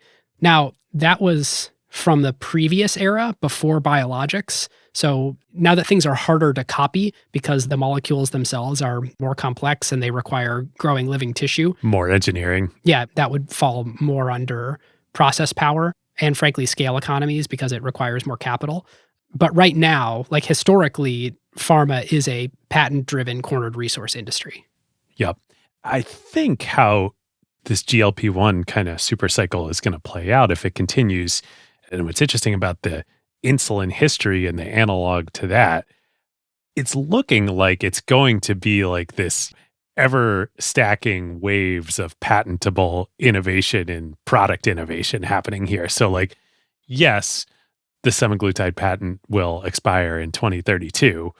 But if CagriSema, their new kind of next generation GLP-1 product, shows the promise that they think it'll have, then that'll be a new patent cycle starting then. And then they'll develop the next generation and it'll play out again, just like insulin. But yes, absolutely cornered resource for sure. Yep. The patents aren't just on the molecules. They also patent delivery mechanisms. And so they keep changing delivery mechanisms. You basically have the scenario where doctors don't really want to prescribe the old thing. And so when you introduce a new novel form of a pen, oftentimes doctors will say, well, that's the thing we need to be prescribing now. And so there's like a brand that gets built around the most current thing that's patented, even if it's not that much better than the old thing. And, there's a lot of people in pharma that are going to get mad at me for that characterization. But in addition to patenting molecules, delivery mechanisms also provide defensibility. Yep. One question I had was, there might be like contractual things that entrench relationships too. Like when you get really big, and this would be a scale economy, are there contractual relationships with formularies that sort of entrench you and make it so that even if someone else comes out with something similar to treat any given condition and your patent isn't defending you because it's a different molecule, well, sorry, you've locked up a distribution channel with the PBM and getting on the formulary in such a way that like, good luck to anyone else. Yep. I think that falls into scale economies. Yeah. Which for sure also apply here. Yep. I think really on 3 sides. On the R&D and research side, because that is incredibly capital intensive. $2.3 billion a drug. Yep. The production side, as we've talked about for much of the episode, And then also here on the go-to-market side, you can't just, waltz into these markets. Right. And the gigantic amount of R&D, it literally is $2.3 billion to bring a drug to market on average. You need to make a lot of profit dollars on any given drug to benefit. You don't necessarily need scale of patients, but you do need scale of dollars in order to outrun the fixed costs of R&D. Yep. I think we can say there's no network economies here pretty safely.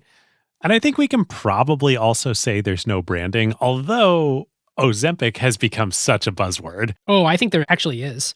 Normally there isn't, but that's one of the breakout things about Ozempic is there actually is brand power. The first time I heard about Mounjaro was 18 months after I'd heard about Ozempic, and I was like, oh, it must be some kind of knockoff. It's my first time studying pharma. I was like, oh, it's probably something crappy that's trying to ride this same wave, but isn't actually the breakthrough molecule. And the studies show Mounjaro helps you lose more weight and has a very similar mechanism plus another mechanism that together work. But most people don't know that. Most people know I read on the cover of the New York Times that Ozempic is a breakthrough. And I heard about it at the Oscars because a joke was made on stage. Jimmy Kimmel was talking about it. Yeah. Yes. I think for the first time, and it's happened a little bit before, but for the biggest time in a while, Ozempic has actual brand power. Yeah. I mean, there's Tylenol, et cetera. But it's entering that category. An admission on that front too. When we very first started talking about potentially doing this episode a number of months ago, I thought the same thing you did about Mounjaro about Wegovy.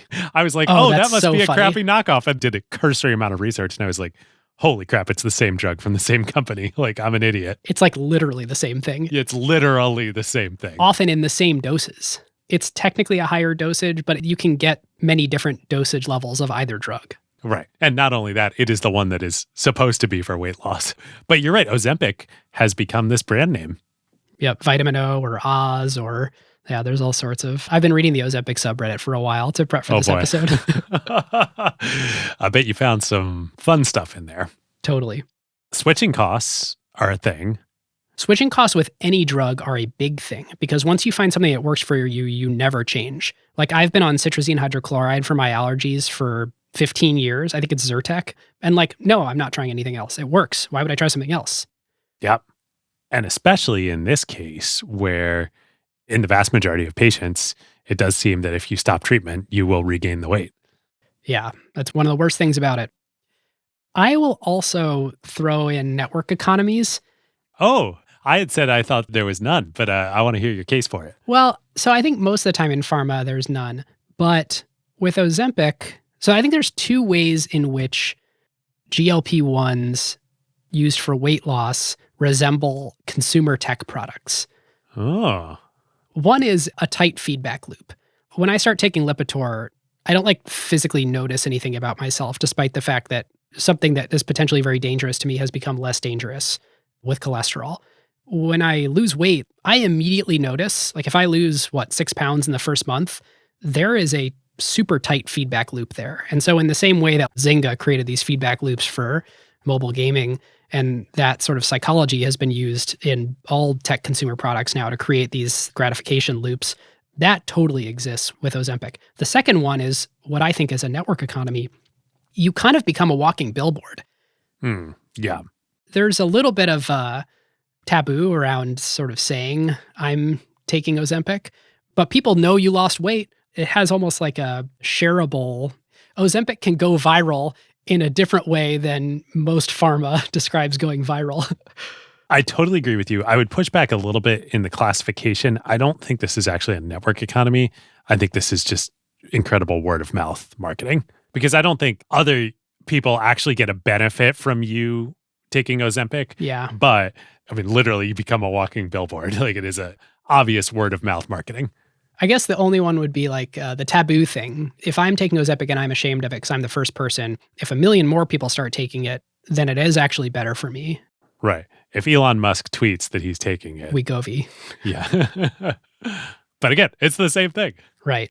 Not to mention Ribelsis. That's the new oral one. They have figured out how to make semaglutide a once-a-day pill if you prefer taking that to a once-a-week injection. It's a little bit weird because you have to take it on an empty stomach and then not eat for 30 minutes afterwards, but if you don't like needles. I believe it is also not quite as effective as the injectable version. Huh.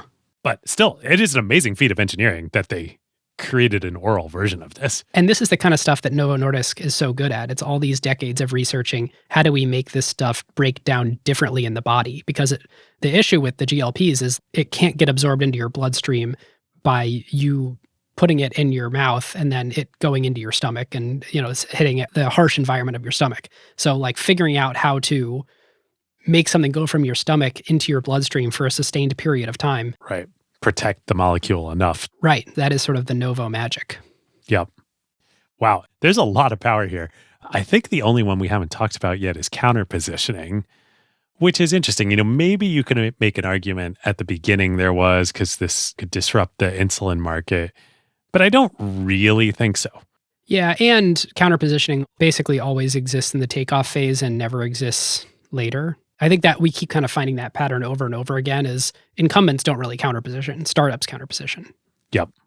Yeah, I think in the world of healthcare, there is a ton of power for basically any company that we would study because the returns over and over and over again keep going to these incumbents that keep getting bigger. And I know biotech investing and startups is a thing, and there'll be new disruptions on the horizon, CRISPR and gene and cell therapies and things like that. But the last 30 years, at least, of healthcare has consisted of returns to scale, which would indicate lots of power. Yep. And it'll be interesting to explore healthcare broadly and specifically biotech more on the show. My sort of arm's length understanding of the industry is that where startups primarily are doing drug discovery and then they get acquired by the big companies for go-to-market. Yep. That's right. Or they do a deal, some kind of distribution deal, but a lot of the economics of that deal are eaten up by the big pharma company as the distributor, which really they're not the distributor. The PBM handles making sure that the reimbursements are there so doctors will prescribe them, and the wholesaler distributors handle physically moving the drugs. But when you do a quote unquote distribution deal as a biotech company with a pharma, it's because the pharma has the relationship with those two other parties to ensure that you actually can be available at broad scale. And really, this model all started going back to Genentech and Eli Lilly. And Genentech ended up getting acquired by Roche. But it was that partnership of Eli Lilly being the go-to-market for Genentech in insulin that started this whole, startup big pharma partnership. Yep. All right. Playbook? Playbook. Let's do it. So the first one that we've hit a few times, but is just worth putting a fine point on, is concentration. The focus of this company is unbelievable. 85% of their revenue is dedicated to metabolic disorders. They are the second largest market cap pharma, second only to Eli Lilly. It's crazy. They're that focused, but they have an ability to be that large by market cap. It is worth knowing they aren't in the top 10 pharma companies by revenue. In fact, they're 20th. Wow, I didn't realize they were that low. Yeah, no, it's a multiples thing. Part of the reason why they're Europe's biggest company is people are very optimistic about their future and about their ability to be profitable in the future, not just make a lot of revenue. But it continues to blow my mind that they have had the huge success that they have had with how focused they have stayed. It's funny. I was thinking the same thing as my main playbook takeaway from this one. It reminds me of our Sequoia Capital episodes a few years ago and Sequoia's kind of historical classic mantra and the Don Valentine ethos of target big markets. Find a big market, target it, and then stay focused on it for decades and decades and decades. And that's the story of a lot of companies we've covered here. But this is such a pure play example of that. One disease. Right. One drug area for 100 years, and now a second drug area that came out of that first drug area. Well, but for 60 years, it wasn't actually that interesting of a market. That's the crazy thing. 1920 to 1980, it was type 1 diabetes, which, again, absolutely incredible for the world that they took children who had a death sentence, then gave them life, and they got to live basically a full life. But was type 1 diabetes actually this colossal, mega interesting market? No. Not at all. Yeah, something changed. Yeah, absolutely. You're totally right. What did Charlie Munger tell us? He said, there aren't many times in a lifetime where you know you're right and you know you really have an investment that's going to work. You may even find it 5 years after you bought it. Your own understanding gets better. And I think that's basically what happened with the Novo Nordisk Foundation. They realized, oh my God, this isn't just a service we're doing for the world, this is one of the most important markets in the world. Totally right. And it's so funny. I mean, obviously we weren't in the room as these conversations were happening, but from reading the history, it feels like they understood it more than management at the time. Management was like kind of too close to it and thinking, industry wisdom, we need to merge, consolidation is happening. And they were like, no, there's this incredible wave that we are riding here. Let's keep compounding. You should share the stat on the size of the endowment. Oh, yes. So I kind of can't believe we haven't talked about this yet. Novo Holdings, which is the vehicle by which the foundation holds their stakes in Novo Nordisk and Novozymes, their sort of assets under management and thus the endowment of the foundation is worth $120 billion, which makes it the single largest charitable foundation in the world, over 2x larger than the Gates Foundation, which is number 2. Unbelievable. Just unbelievable. And through Novo Holdings, it has actually now become one of the largest and most active life sciences and biotech investors in the world too. They hold venture stakes in 80 plus other companies. That's on top of giving out lots and lots of grants to life sciences around the world and fulfilling the foundation's mission.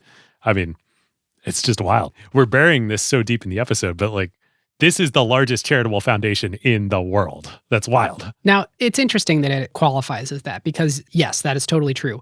On the other hand, $120 billion is pretty neatly just a little bit larger than a quarter of Novo Nordisk's market cap. And so, like, the vast majority of that $120 billion is their ownership of Novo Nordisk. So it's not like, oh my God, they spat off $120 billion in cash that they're investing elsewhere. No. So if, Jeff Bezos decided to put his, what does he have, like 9% of Amazon, decided to put that into a foundation and call it charitable suddenly, that would be the most charitable foundation, or, up there. Yes, correct. But the point stands. It's still pretty cool. Yeah. While we're on the topic of the foundation, before we keep going in Playbook, it is worth pointing out that there are formally defined objectives of the foundation, and those objectives do not include growth. So it's kind of amazing that they have grown the way that they have. The dual mission now is stability and supporting scientific and humanitarian causes. So what does stability mean? I suppose it means like ensure the longevity and duration of Novo Nordisk as a company. But it's interesting when your stated mission is stability and this humanitarian cause, that is a byproduct. You could end up being this incredible market leader, innovator, super high growth company too. Yeah. And on the point of mission, Novo Nordisk has a stated mission that is not just about supplying treatment, it's about eradicating diabetes. And so there was a 2014 paper that came out that suggested a real cure for diabetes using stem cells. I think it was out of Harvard. And at the time, the Novo Nordisk chief medical officer replied, "We feel a responsibility for trying to prevent or eradicate diabetes. And if that means the dissolution of Novo Nordisk, that would be fine." I'm having such a hard time wrapping my mind around, like, is that actually true?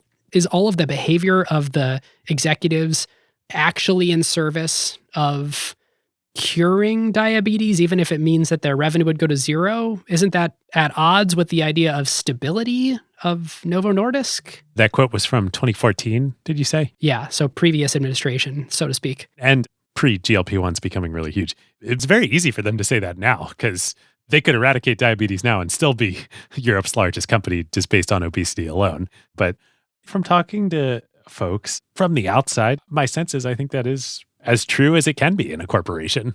Yep.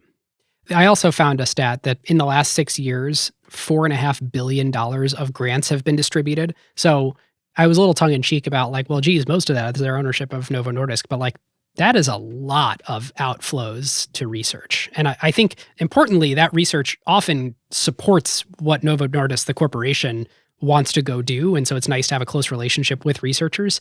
Yes, there is a cycle here. Yes, which rolls up to the mission of stability. But yeah, they deserve to be applauded for the reinvestment. Certainly, it is a unique structure in the corporate world and one that has had a huge impact on the company's history. Yep. Okay, while we are in corporate structure land, Alignment of incentives is pretty interesting among management. I don't know if you looked into this at all, but their executives are not meaningfully incentivized by stock price performance. Interesting. No, I didn't look at this at all. Yeah. So they are sort of forced to think on a different time horizon than if your compensation came primarily in the form of stock options and you wanted to, make the stock go up in a 3 to 5 year window. So executives and board members are not given stock options as a part of their compensation. And when you talk with folks in the industry, the employees reportedly have lower compensation than their counterparts at other companies. And I couldn't figure out if that was like a Danish versus American thing, or if they intentionally try to repel the idea of mercenary employees and attract missionaries. But it would seem that their excellence in pioneering diabetes medicine is really mission driven. There's what they call their remuneration policy, which requires all board directors to hold stock. You're not getting it as your comp, but you're required to hold it, which I think is kind of a similar idea to what Berkshire Hathaway has of, hey, we should have sticks, not carrots. And in Berkshire's case, there's no D&O insurance for board members. You actually have to own the liability of the company's actions yourself to be on the board, so they take it seriously. But in Novo's case, it's, hey, you don't get the carrot of big piles of free equity in our company. Yeah, you got to go buy the stock. Yeah, you have to actually be aligned with the owners, so you get the fruit of the appreciation or the punishment if it doesn't do well. Yeah. I suspect it's probably both. I do think Danish culture plays into this too. It is a much, much more socialist country than America. And actually, watching interviews with Lotte, she talks about this. And sometimes she's asked about it of like, oh, hey, didn't you get rich on basically inventing GLP-1s? And she's like, no, I've never asked for a raise in my life. I'm a socialist. But look at what we've done for the world. Yeah, it's pretty crazy. Now, the question is, does that thinking lead to the GLP-1 breakthrough? Other pharma companies certainly didn't make these investments and these decisions on these time horizons. And so there's a reasonable narrative that it was actually Novo Nordisk's focus and their time horizon that led to the decades-long work to actually bear fruit. I mean, semaglutide isn't out of nowhere. It was built on all the work that went into liraglutide since the early 90s and incorporated all the clever ideas they had previously developing longer-acting insulins and things like that. There is a reasonable narrative of it's their long time horizon and their focus, their ability to learn from doing the same thing well and iterating it over 100 years that actually led them to find this breakthrough when others didn't. Yeah. The key point is long-term focus. And if you can do that, as we've shown time and time again on this show, you can create something great. If you do that, it's not like you will create something great. You still got to get lucky and also be doing the right things in the right areas. But if you're going to build something really, really big, you got to have that long-term focused mindset. Yep. Okay, there are a few unexplored areas that I think are interesting to know about healthcare as a whole and about Novo Nordisk that I want to talk about here in Playbook. One of them is a shift that Novo has done here to broad populations with relatively inexpensive drugs versus other pharma companies. And I know you're going to be allergic to the idea that I just told you $1,000 is an inexpensive drug. But the crazy thing here isn't just that the revenue and the focus is so concentrated. It's concentrated in an area that other companies shied away from. Pharma over the last couple decades shifted away from these mass population drugs to specialty drugs. And these are often to treat specific forms of cancer or rare childhood diseases with super narrow populations and huge price tags. And to put numbers around that, we're talking like total market size of a couple 100,000 people or fewer, as few as like 300 people in these super rare orphan diseases. Occasionally, these diseases are so rare and the treatment is so, life-changing or life-giving that the treatment, like one dose of the pill or one infusion of the therapy or whatever it is, can be measured literally in the millions of dollars. So it gets far more extreme than $1,000 a month. It's understandable why the other pharma companies went there for a few reasons. And this is a little bit of a walk through history, but it's been a while since we saw a breakthrough in a mass market drug. Really, the last one that we can point to is statins, which was to treat cholesterol. 30 years ago is really when that was kind of the thing. HIV and Hep C are examples we can point to, but again, it's been a while. Those are small markets compared to obesity. Well, compared to obesity, but they still qualify as large population. When you're treating millions of people with something, well, A, you can have a different pricing structure. Like you can have much cheaper drugs. But B, like you can just affect a huge swath of the population. It's not like we're discovering an antibiotic or a cure for polio every other year these days. In fact, the Alzheimer's researchers have really been trying, but the trials have just been disappointing. And so we had this great heyday 30 years ago of small molecule drugs that you could manufacture relatively easily by mixing chemicals. But after those patents expired, and these could be manufactured by other companies as generics and sold to everyone for cheap, we really haven't discovered something like that since. So that's why the shift has really gone. And of course, we have new technology to do it too, but really shifted to biologics, the complex proteins that are, harder to manufacture. And I think a way to summarize that is a lot of the low-hanging fruit has been picked. Mm-hmm. Compounding this problem, just because this is healthcare and you compound every problem. Different type of compounding. Yes. The way that FDA approval works is that you get a label for a drug if you can prove with the right degree of statistical significance that the benefits outweigh the risks and that you are better than current alternatives by some measurable amount.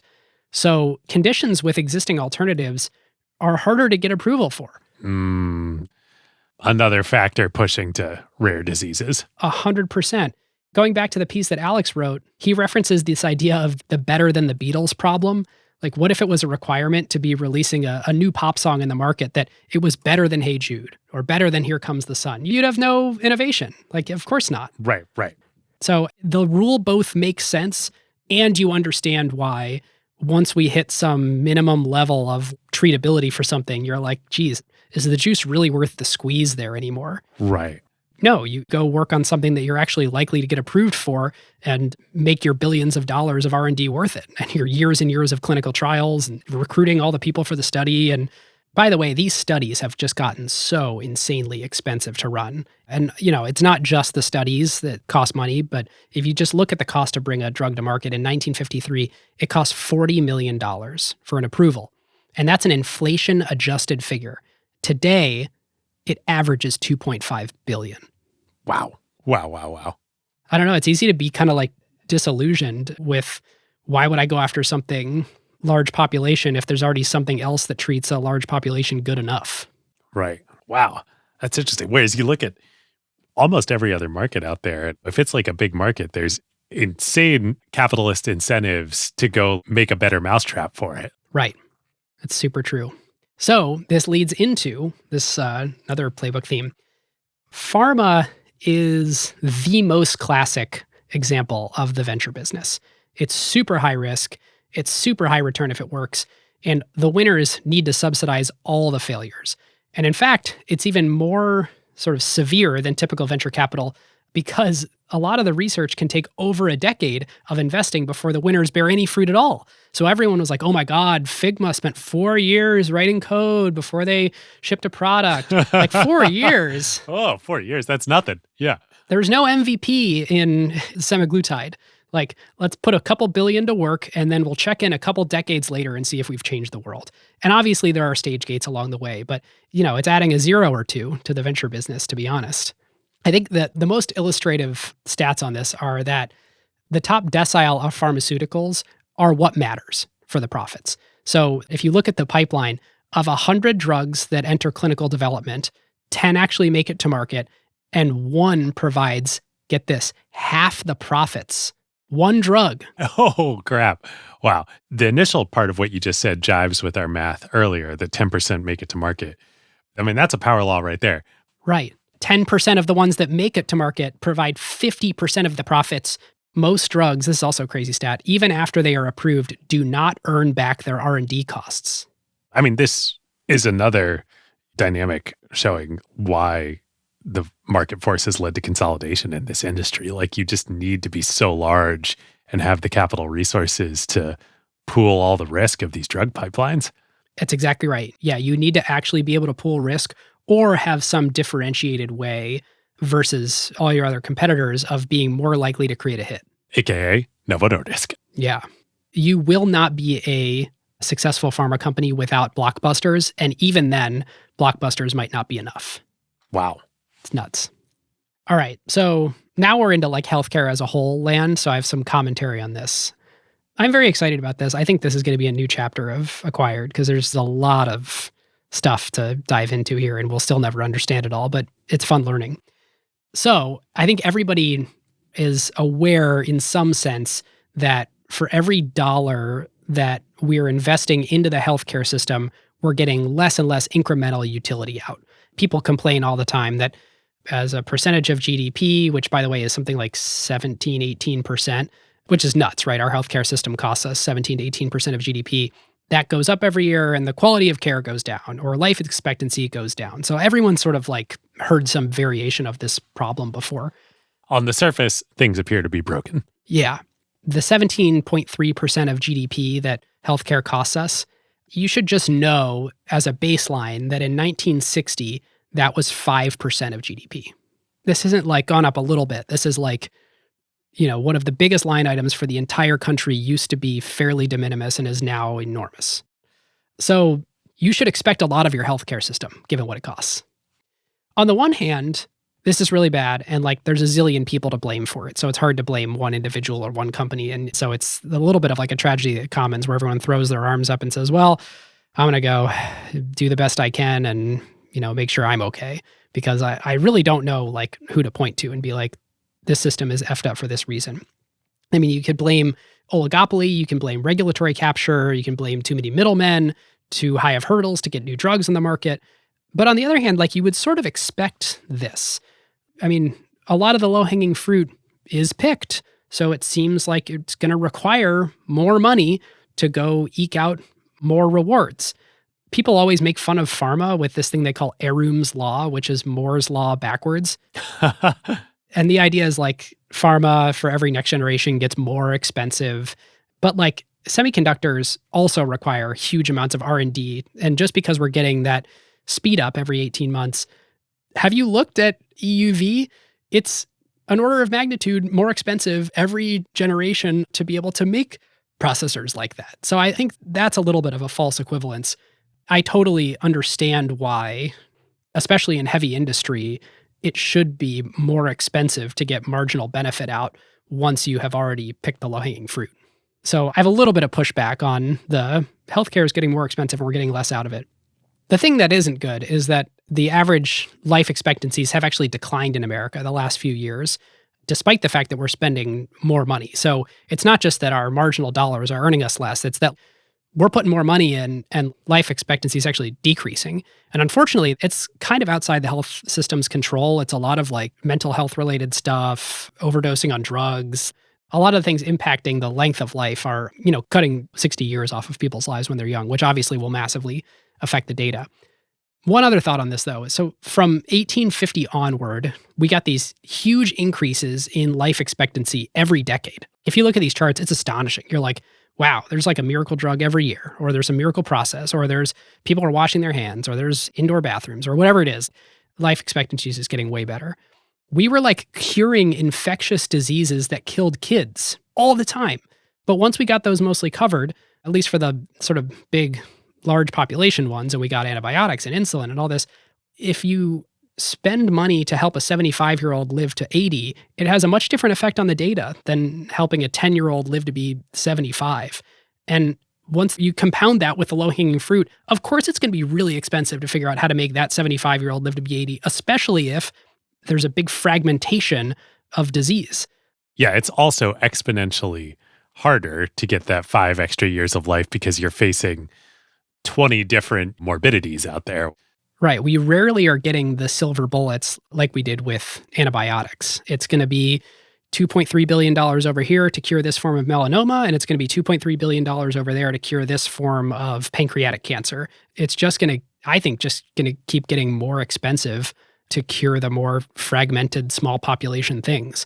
I think there's a reasonable question of like, what do we do about that as a society? Now, that's on the benefit side. There might be some massive cost reduction side. Like you could imagine some technology comes along that makes drug development way cheaper or makes us able to like massively collapse the time and dollars spent in a clinical trial by using AI or something. Or there might be ways to collapse costs 10 or 100x somewhere in the healthcare system. But The current state of affairs is not very free markety, so it's harder to imagine that happening versus other ecosystems the way it happens in tech. Yeah. A couple other just like fun things that I heard from people during research, which I think are just like interesting problems to think about. The health system that was created over the last century was really designed to treat acute and infectious diseases. If you think about our healthcare system as it exists today, hospitals where you go in when you're sick, doctors that you see when you're sick, surgeries you have when you have an issue, pills that you take when you have an infectious disease, antibiotics that you take. You look at the chart of life expectancy, the people that designed that system and solved the acute infectious disease problems should just hang up a big mission accomplished banner. It worked. It was amazing. Right. We made it to the moon. Human quality of life is just unbelievably high, and there's very little in common today on the list of things that will kill you versus 1850. It's a completely different set of things. So the next frontier then is chronic illnesses, and they catch up with us later in life, and they're basically undetectable for like the first 50 years or the first 30 years. I mean, obesity leading to diabetes or cardiovascular health leading to heart attacks and strokes. These are very different things to treat and require a very different way of thinking, of regulating, of paying for. You don't want to wait until people are sick to treat it because then it's too late. And so in many ways, this entire old system that we created that consumes 18% of our GDP may actually not make sense in this new world of treating the things that are more likely to kill us now, which is chronic illnesses. Right. I don't really know what to do with that. I think it's a pretty interesting. You did so much more of this side of the research than I did. Did you get a sense in talking to people like that transition is happening or no? Well, it's so hard in healthcare because there's so many buzzwords. Like there's a thing called value-based care, which in a sense, it makes sense. It's like we shouldn't have to pay for every little intervention someone does. We should pay for them helping me cure the thing. You don't pay for the interventions, pay for the outcome. And so then that forces the right sort of thinking all the way up the value chain of how can we deliver a quality of service in the cheapest way possible to achieve the same outcome, which is like how free markets work, right? But in healthcare, the way everything gets billed is on a cost basis, which we've talked a lot about cost plus pricing and the dangers of that on this show. So, I mean, to the extent that the value-based care stuff helps, no, I didn't hear any solutions. All right. Well, listeners, if you get inspired. I did hear one credible pushback against why is healthcare getting so expensive as a fraction of GDP. We use a lot more healthcare. People just have a lot more life-bettering interventions, be it from doctors, from pills, from facilities, than we did in a long time ago. And so, like, I don't know, I had 2 surgeries a few years ago, one of which was an ACL surgery and like a whole bunch of PT. And in 1980, would I have had those? Maybe the PT, probably a worse surgery because the procedures were worse back then. In 1950, would I have had an ACL surgery at all? No, I'd probably just limp around the rest of my life. There really is just actually a lot more care delivered now than there used to be.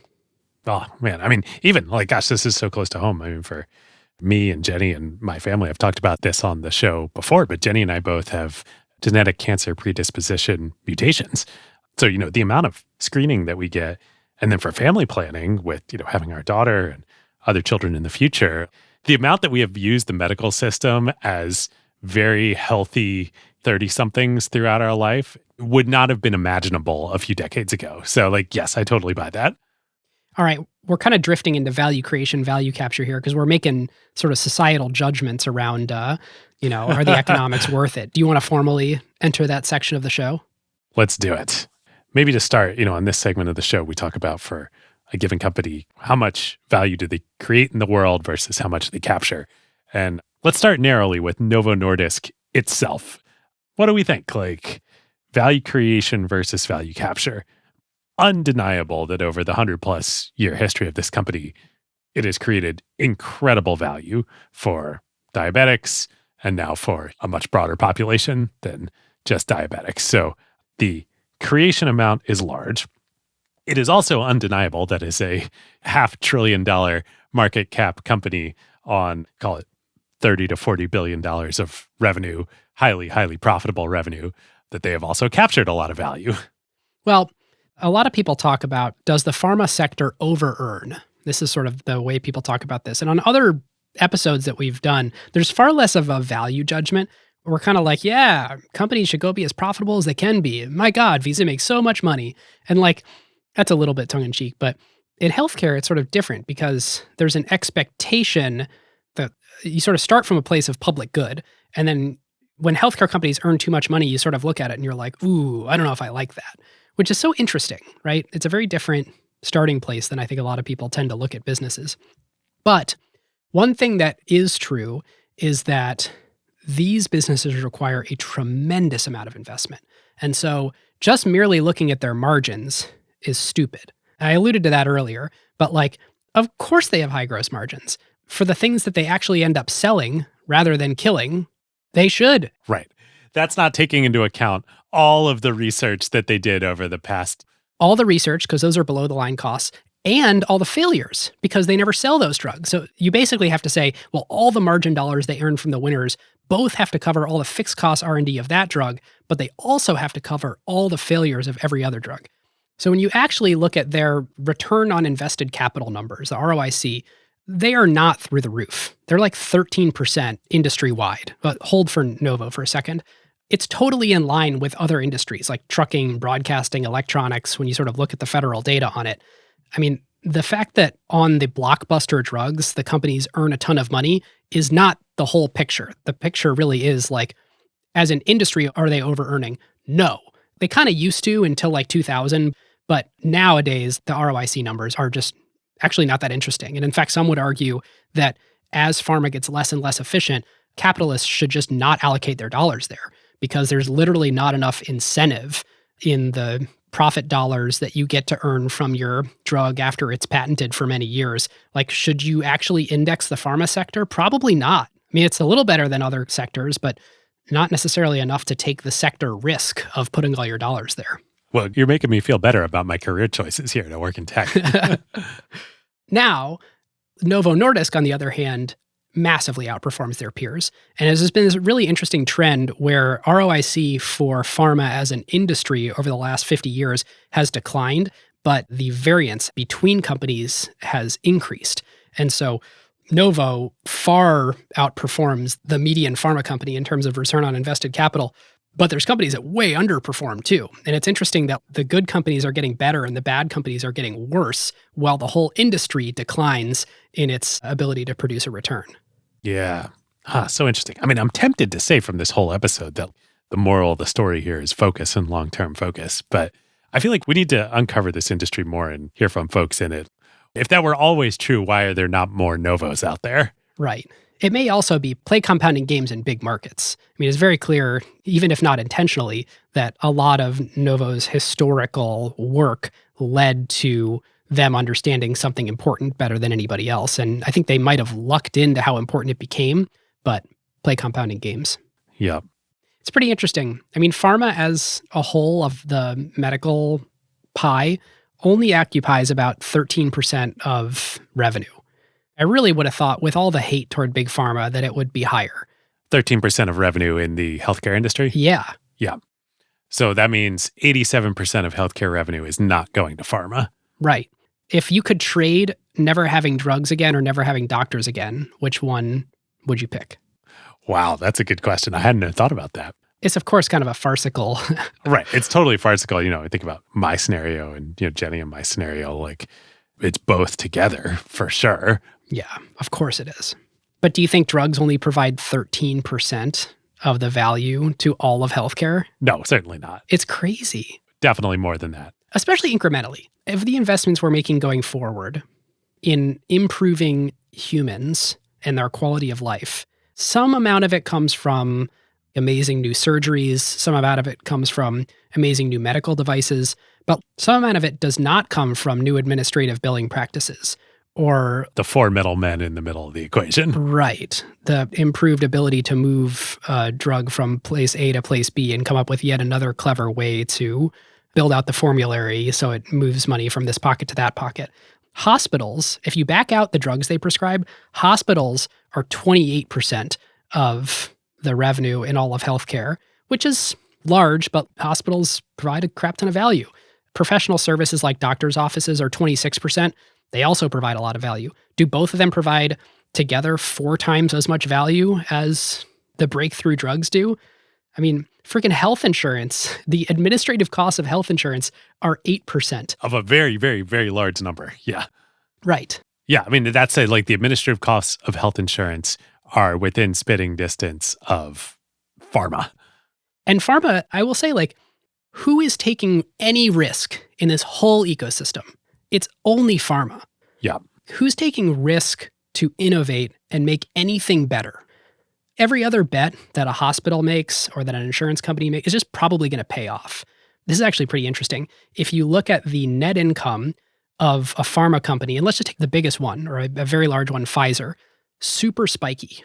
Even though they're diversified, up, down, up, down, up, down. Some years they make very little profit, some years they make a lot of profit. That is what you should expect from someone who is taking risk, trying to innovate. Sometimes they succeed, sometimes they don't. You look at an insurance company, and by the way, let's define insurance company. Insurance company is someone that in the good years collects money, and then in the bad years, they have a big loss. And hopefully they collected enough money such that they can still make some profit after covering the losses. Like a hurricane hits, the insurance company has a bad year. Does that ever happen if you look at the net income of the big insurers?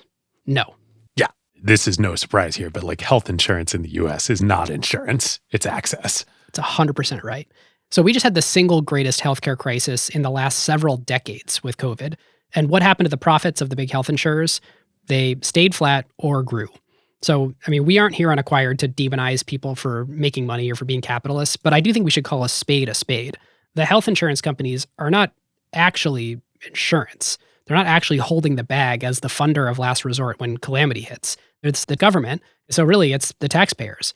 The big insurance companies and the PBMs make good profits in the good times, but the taxpayer funds the bad kinds.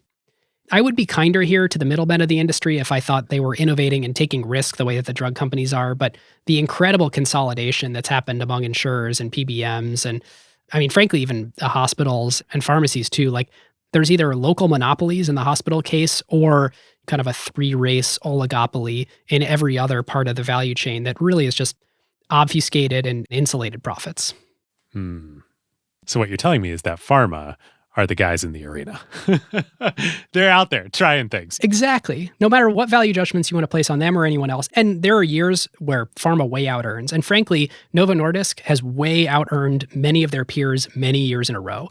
And it's like a very fine question to ask of like, does any healthcare company deserve to have such phenomenal returns on invested capital like Novo Nordisk does? But there are many players in the ecosystem for whom it is obvious to me that they should not be as large and not be as profitable as they are. I got no arguments here. All right, Team Novo. Yes, and frankly, Team Pharma, at least relative to its reputation. I think there are many players in the healthcare industry that have a fine reputation, and they probably deserve a fine reputation. But it's weird to me what a terrible reputation pharma has when they're the ones innovating and trying to massively affect the trajectory of humans. Yep. And I think that's why, a lot of scientists, including, I think, Lotta and many, if not most folks at Novo Nordisk, I think that's why they work there. Yep. All right. So finally, to wrap this section, listeners, this is all very, very complicated. Every time I was tempted to say, well, XYZ party or XYZ mechanism is stupid, which I probably did too much on this episode, I discovered a very rational argument for why that thing exists and why it isn't all that bad, which is a little bit maddening to research and also explains how the system in America ended up the way that it did today. Yep. To close value creation, value capture, there's sort of an interesting thing that everyone should just noodle on and try to square the circle. People feel like drugs cost too much, and they don't understand how much they're going to cost, and they're upset because they can't get drugs that they want. They think they're being extorted in some way. This is patients generally. Shareholders in pharma companies feel like they're actually not making that much money. If you look at the whole industry, their return on invested capital is maybe slightly better, but pretty much on par with other industries. So square that circle. It's pretty weird. All right, bear bull, David. And we can be reasonably quick in this since I think we've hit a lot of these points along the way. Yeah. I mean, to me, for Novo Nordisk specifically, I think it's pretty simple. Are GLP-1s the next super cycle? If yes, that is the bull case. Right. Even if Lilly's Mounjaro and Zepbound are I think they're like 30% cheaper, they might be better, but they can both make a ton of them, and all of them will get pulled off the shelves right away. There is room for everybody here. And the barriers to entry from everything we talked about to competing in this area are very, very high. So like there will be a number of competitors, including Eli Lilly, but there will be plenty of demand and profits for everyone. That's the bull case. And the bear case is, for any variety of reasons, be it health risk or lack of efficacy or, whatever, long-term, this just doesn't play out. Or it doesn't play out on the same multi-decade long timeline that insulin did. Yep.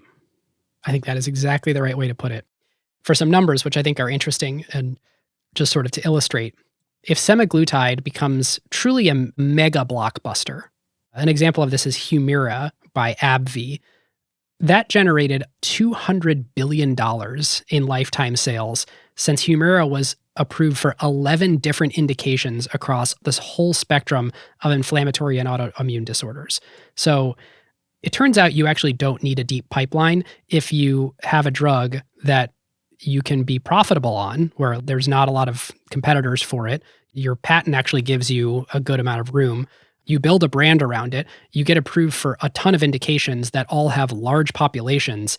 I mean, there is such a blockbuster that for a decade, it doesn't matter how deep your pipeline is or how diverse it is, you just win. And like, there's a chance that with semaglutide and tirzepatide, both Lilly and Novo Nordisk have that for the next decade. Yep. And decade plus with further innovations and iterations that are going to come. Yeah, Eli Lilly has this one in the pipeline called retatrutide that is a triple agonist that adds yet another hormone to the mix. So I think, assuming that Novo stays sort of neck and neck with Eli Lilly as they both keep coming out with better and better versions, that this could be the next Humira, or potentially much bigger than Humira. And I think the defensibility is an open question for how many years, but at least the next decade. Yep. One other downside that I think you didn't point to specifically, but you sort of meant in saying there's some unknown downside to this, there are some early studies that are showing that you lose more lean muscle mass when you're on a GLP-1 than if you were just doing diet and exercise. When you're losing weight, normally you lose like 25% lean muscle, and these early studies are showing it's something like 40%. So that would be a bear case, is that we learn a couple of years from now, like, oh man, this is actually way worse for some set of people that could lose weight through diet and exercise. But if you're obese, it's still probably better to lose weight, even if a disproportionate amount of it is lean muscle mass. But I think there's sort of this open question of like, is there a boogeyman in the closet like that? Or is that a significant enough boogeyman to really change things? Yep. It's probably also worth mentioning quickly here before we wrap, one potential boogeyman that is out there people have talked about is suicidal thoughts. As best as we can tell from the research, it seems like that's not a major risk with these drugs based on the broad population studies. Certainly that's what Novo Nordisk says. Regulators have not indicated that that is an actual issue, but that narrative is out there, and we don't want to go through the episode and not mention it. That could be one of these boogeymen for these drugs. Yep.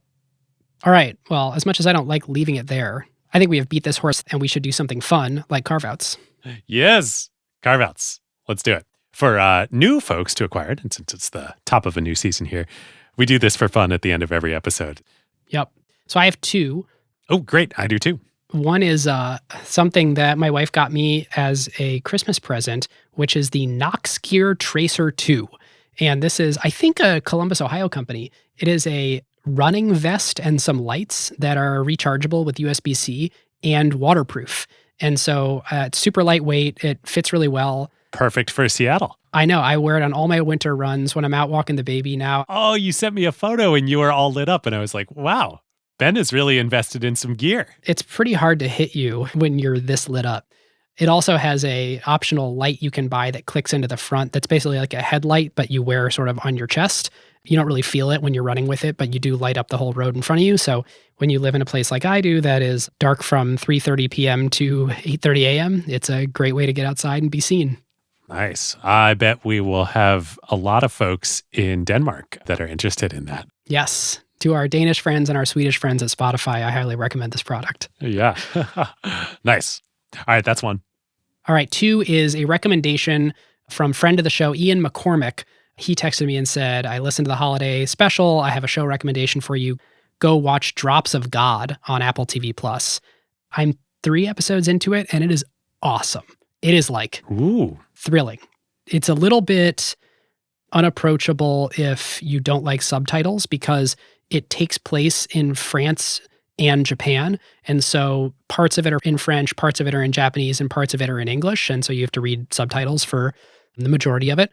But it is a beautiful story about wine and family and love. And it's got some very unexpected twists and turns and drama to it. So I highly recommend it. Ooh, fun. Sounds like Apple TV's got some good shows these days. I've been liking it. Yeah. Nice. Well, I have to give you a big thank you because over the last couple of weeks since your recommendation, I have read the book Wool, which is the first in the series that is the Silo series on Apple TV Plus, because I'm more of a book guy than a TV guy, and it is awesome. Book is so good. New addition to my favorite sci-fi books and sci-fi series. It's funny. I've been holding off on reading the book because I don't want to spoil the show too much, but I hear it actually deviates pretty significantly from the show. I wouldn't be surprised by that, having now read the book. I'm excited to dive into the rest of the series. Okay, my carve-outs, I've got 2. The first one is a fun, timely, in-person carve-out. It's a guest carve-out from my wife, Jenny. San Francisco Ballet, where she works, is premiering a new work at the beginning of the season this year. January 26th here in San Francisco is the premiere, a new ballet called Mere Mortals. And this is pretty cool. She was like, you got to talk about this on Acquired. It is about AI, and it is a Pandora's box analogy for AI. Super cool. The music is composed by the British DJ Floating Points. So it's like super modern ballet choreography from a great up-and-coming choreographer. And SFB is going to do after parties in the Opera House afterwards. Should be like a super cool event. So Jenny and I will be there. I think we'll be there on opening night, January 26th, and it runs through February 1st. For listeners, Dave and Jenny lived in Seattle, and Jenny was involved in the ballet up here. And I went to an event held, where the ballet performs. And it's immensely cool to be in there with the performers and at the place where they perform in a party setting. Like, I highly recommend it for any of the before or after stuff too. Yeah, ballet is such a cool art form because of all the classical art forms, it's the most young and modern. Like these dancers are athletes. They're like NFL level athletes at what they do. And, they're young. And so there is this like new life in it relative to, I think, a lot of other classical art forms. So anyway, I love it. And obviously it is Jenny's whole life and career. That's one. 2, on some holiday travel flights, I think recommended by an Acquired listener, actually. I watched the Blackberry movie. Have you seen this yet? No, but I can't believe it's Dennis from Always Sunny. I know. It's so good. It's really, really well done. I just watched it because I was on the flight and it was on the entertainment system. And I was like, yeah, sure, whatever. I'll give this a try. Like, I don't know, Rim, Blackberry. Yeah. But it's really, really well done. I really enjoyed it. It's hilarious. It's also like a good business story. It's a good example of we get asked all the time of like, oh, can you guys cover like a failed company or, a cautionary tale? And it's hard to do on Acquired because a lot of these companies are still going and RIM is still going. But BlackBerry is a good one because, it's super obvious that they failed. There's no argument about that one. Although, did you just see the add-on keyboard you can get for your iPhone? Oh, no. Someone debuted a physical keyboard. So for you diehards out there who were Crackberry heads. You missed the clicks. I think it's actually called clicks, maybe. Oh, nice.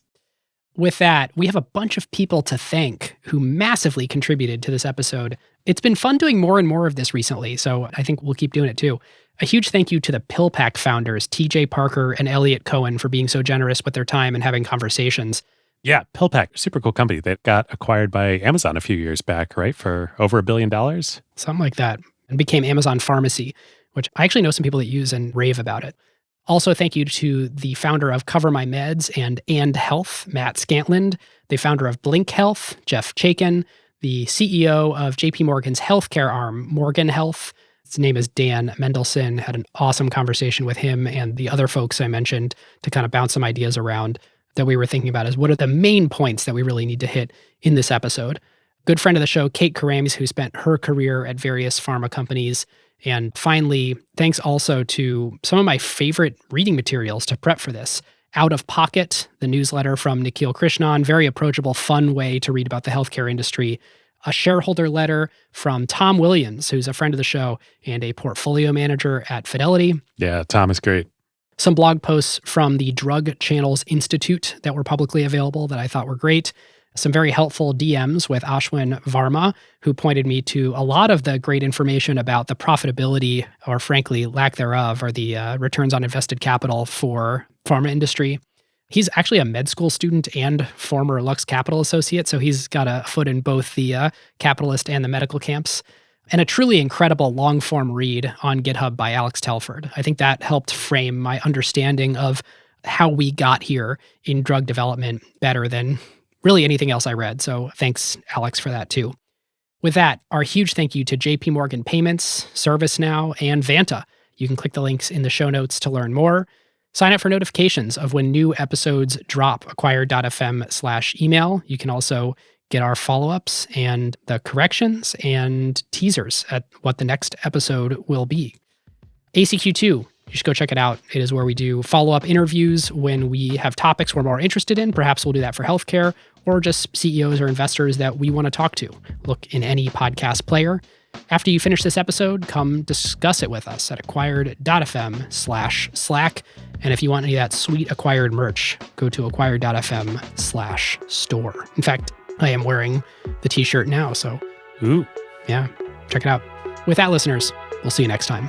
We'll see you next time. Who got the truth? Is it you? Is it you? Is it you? Who got the truth?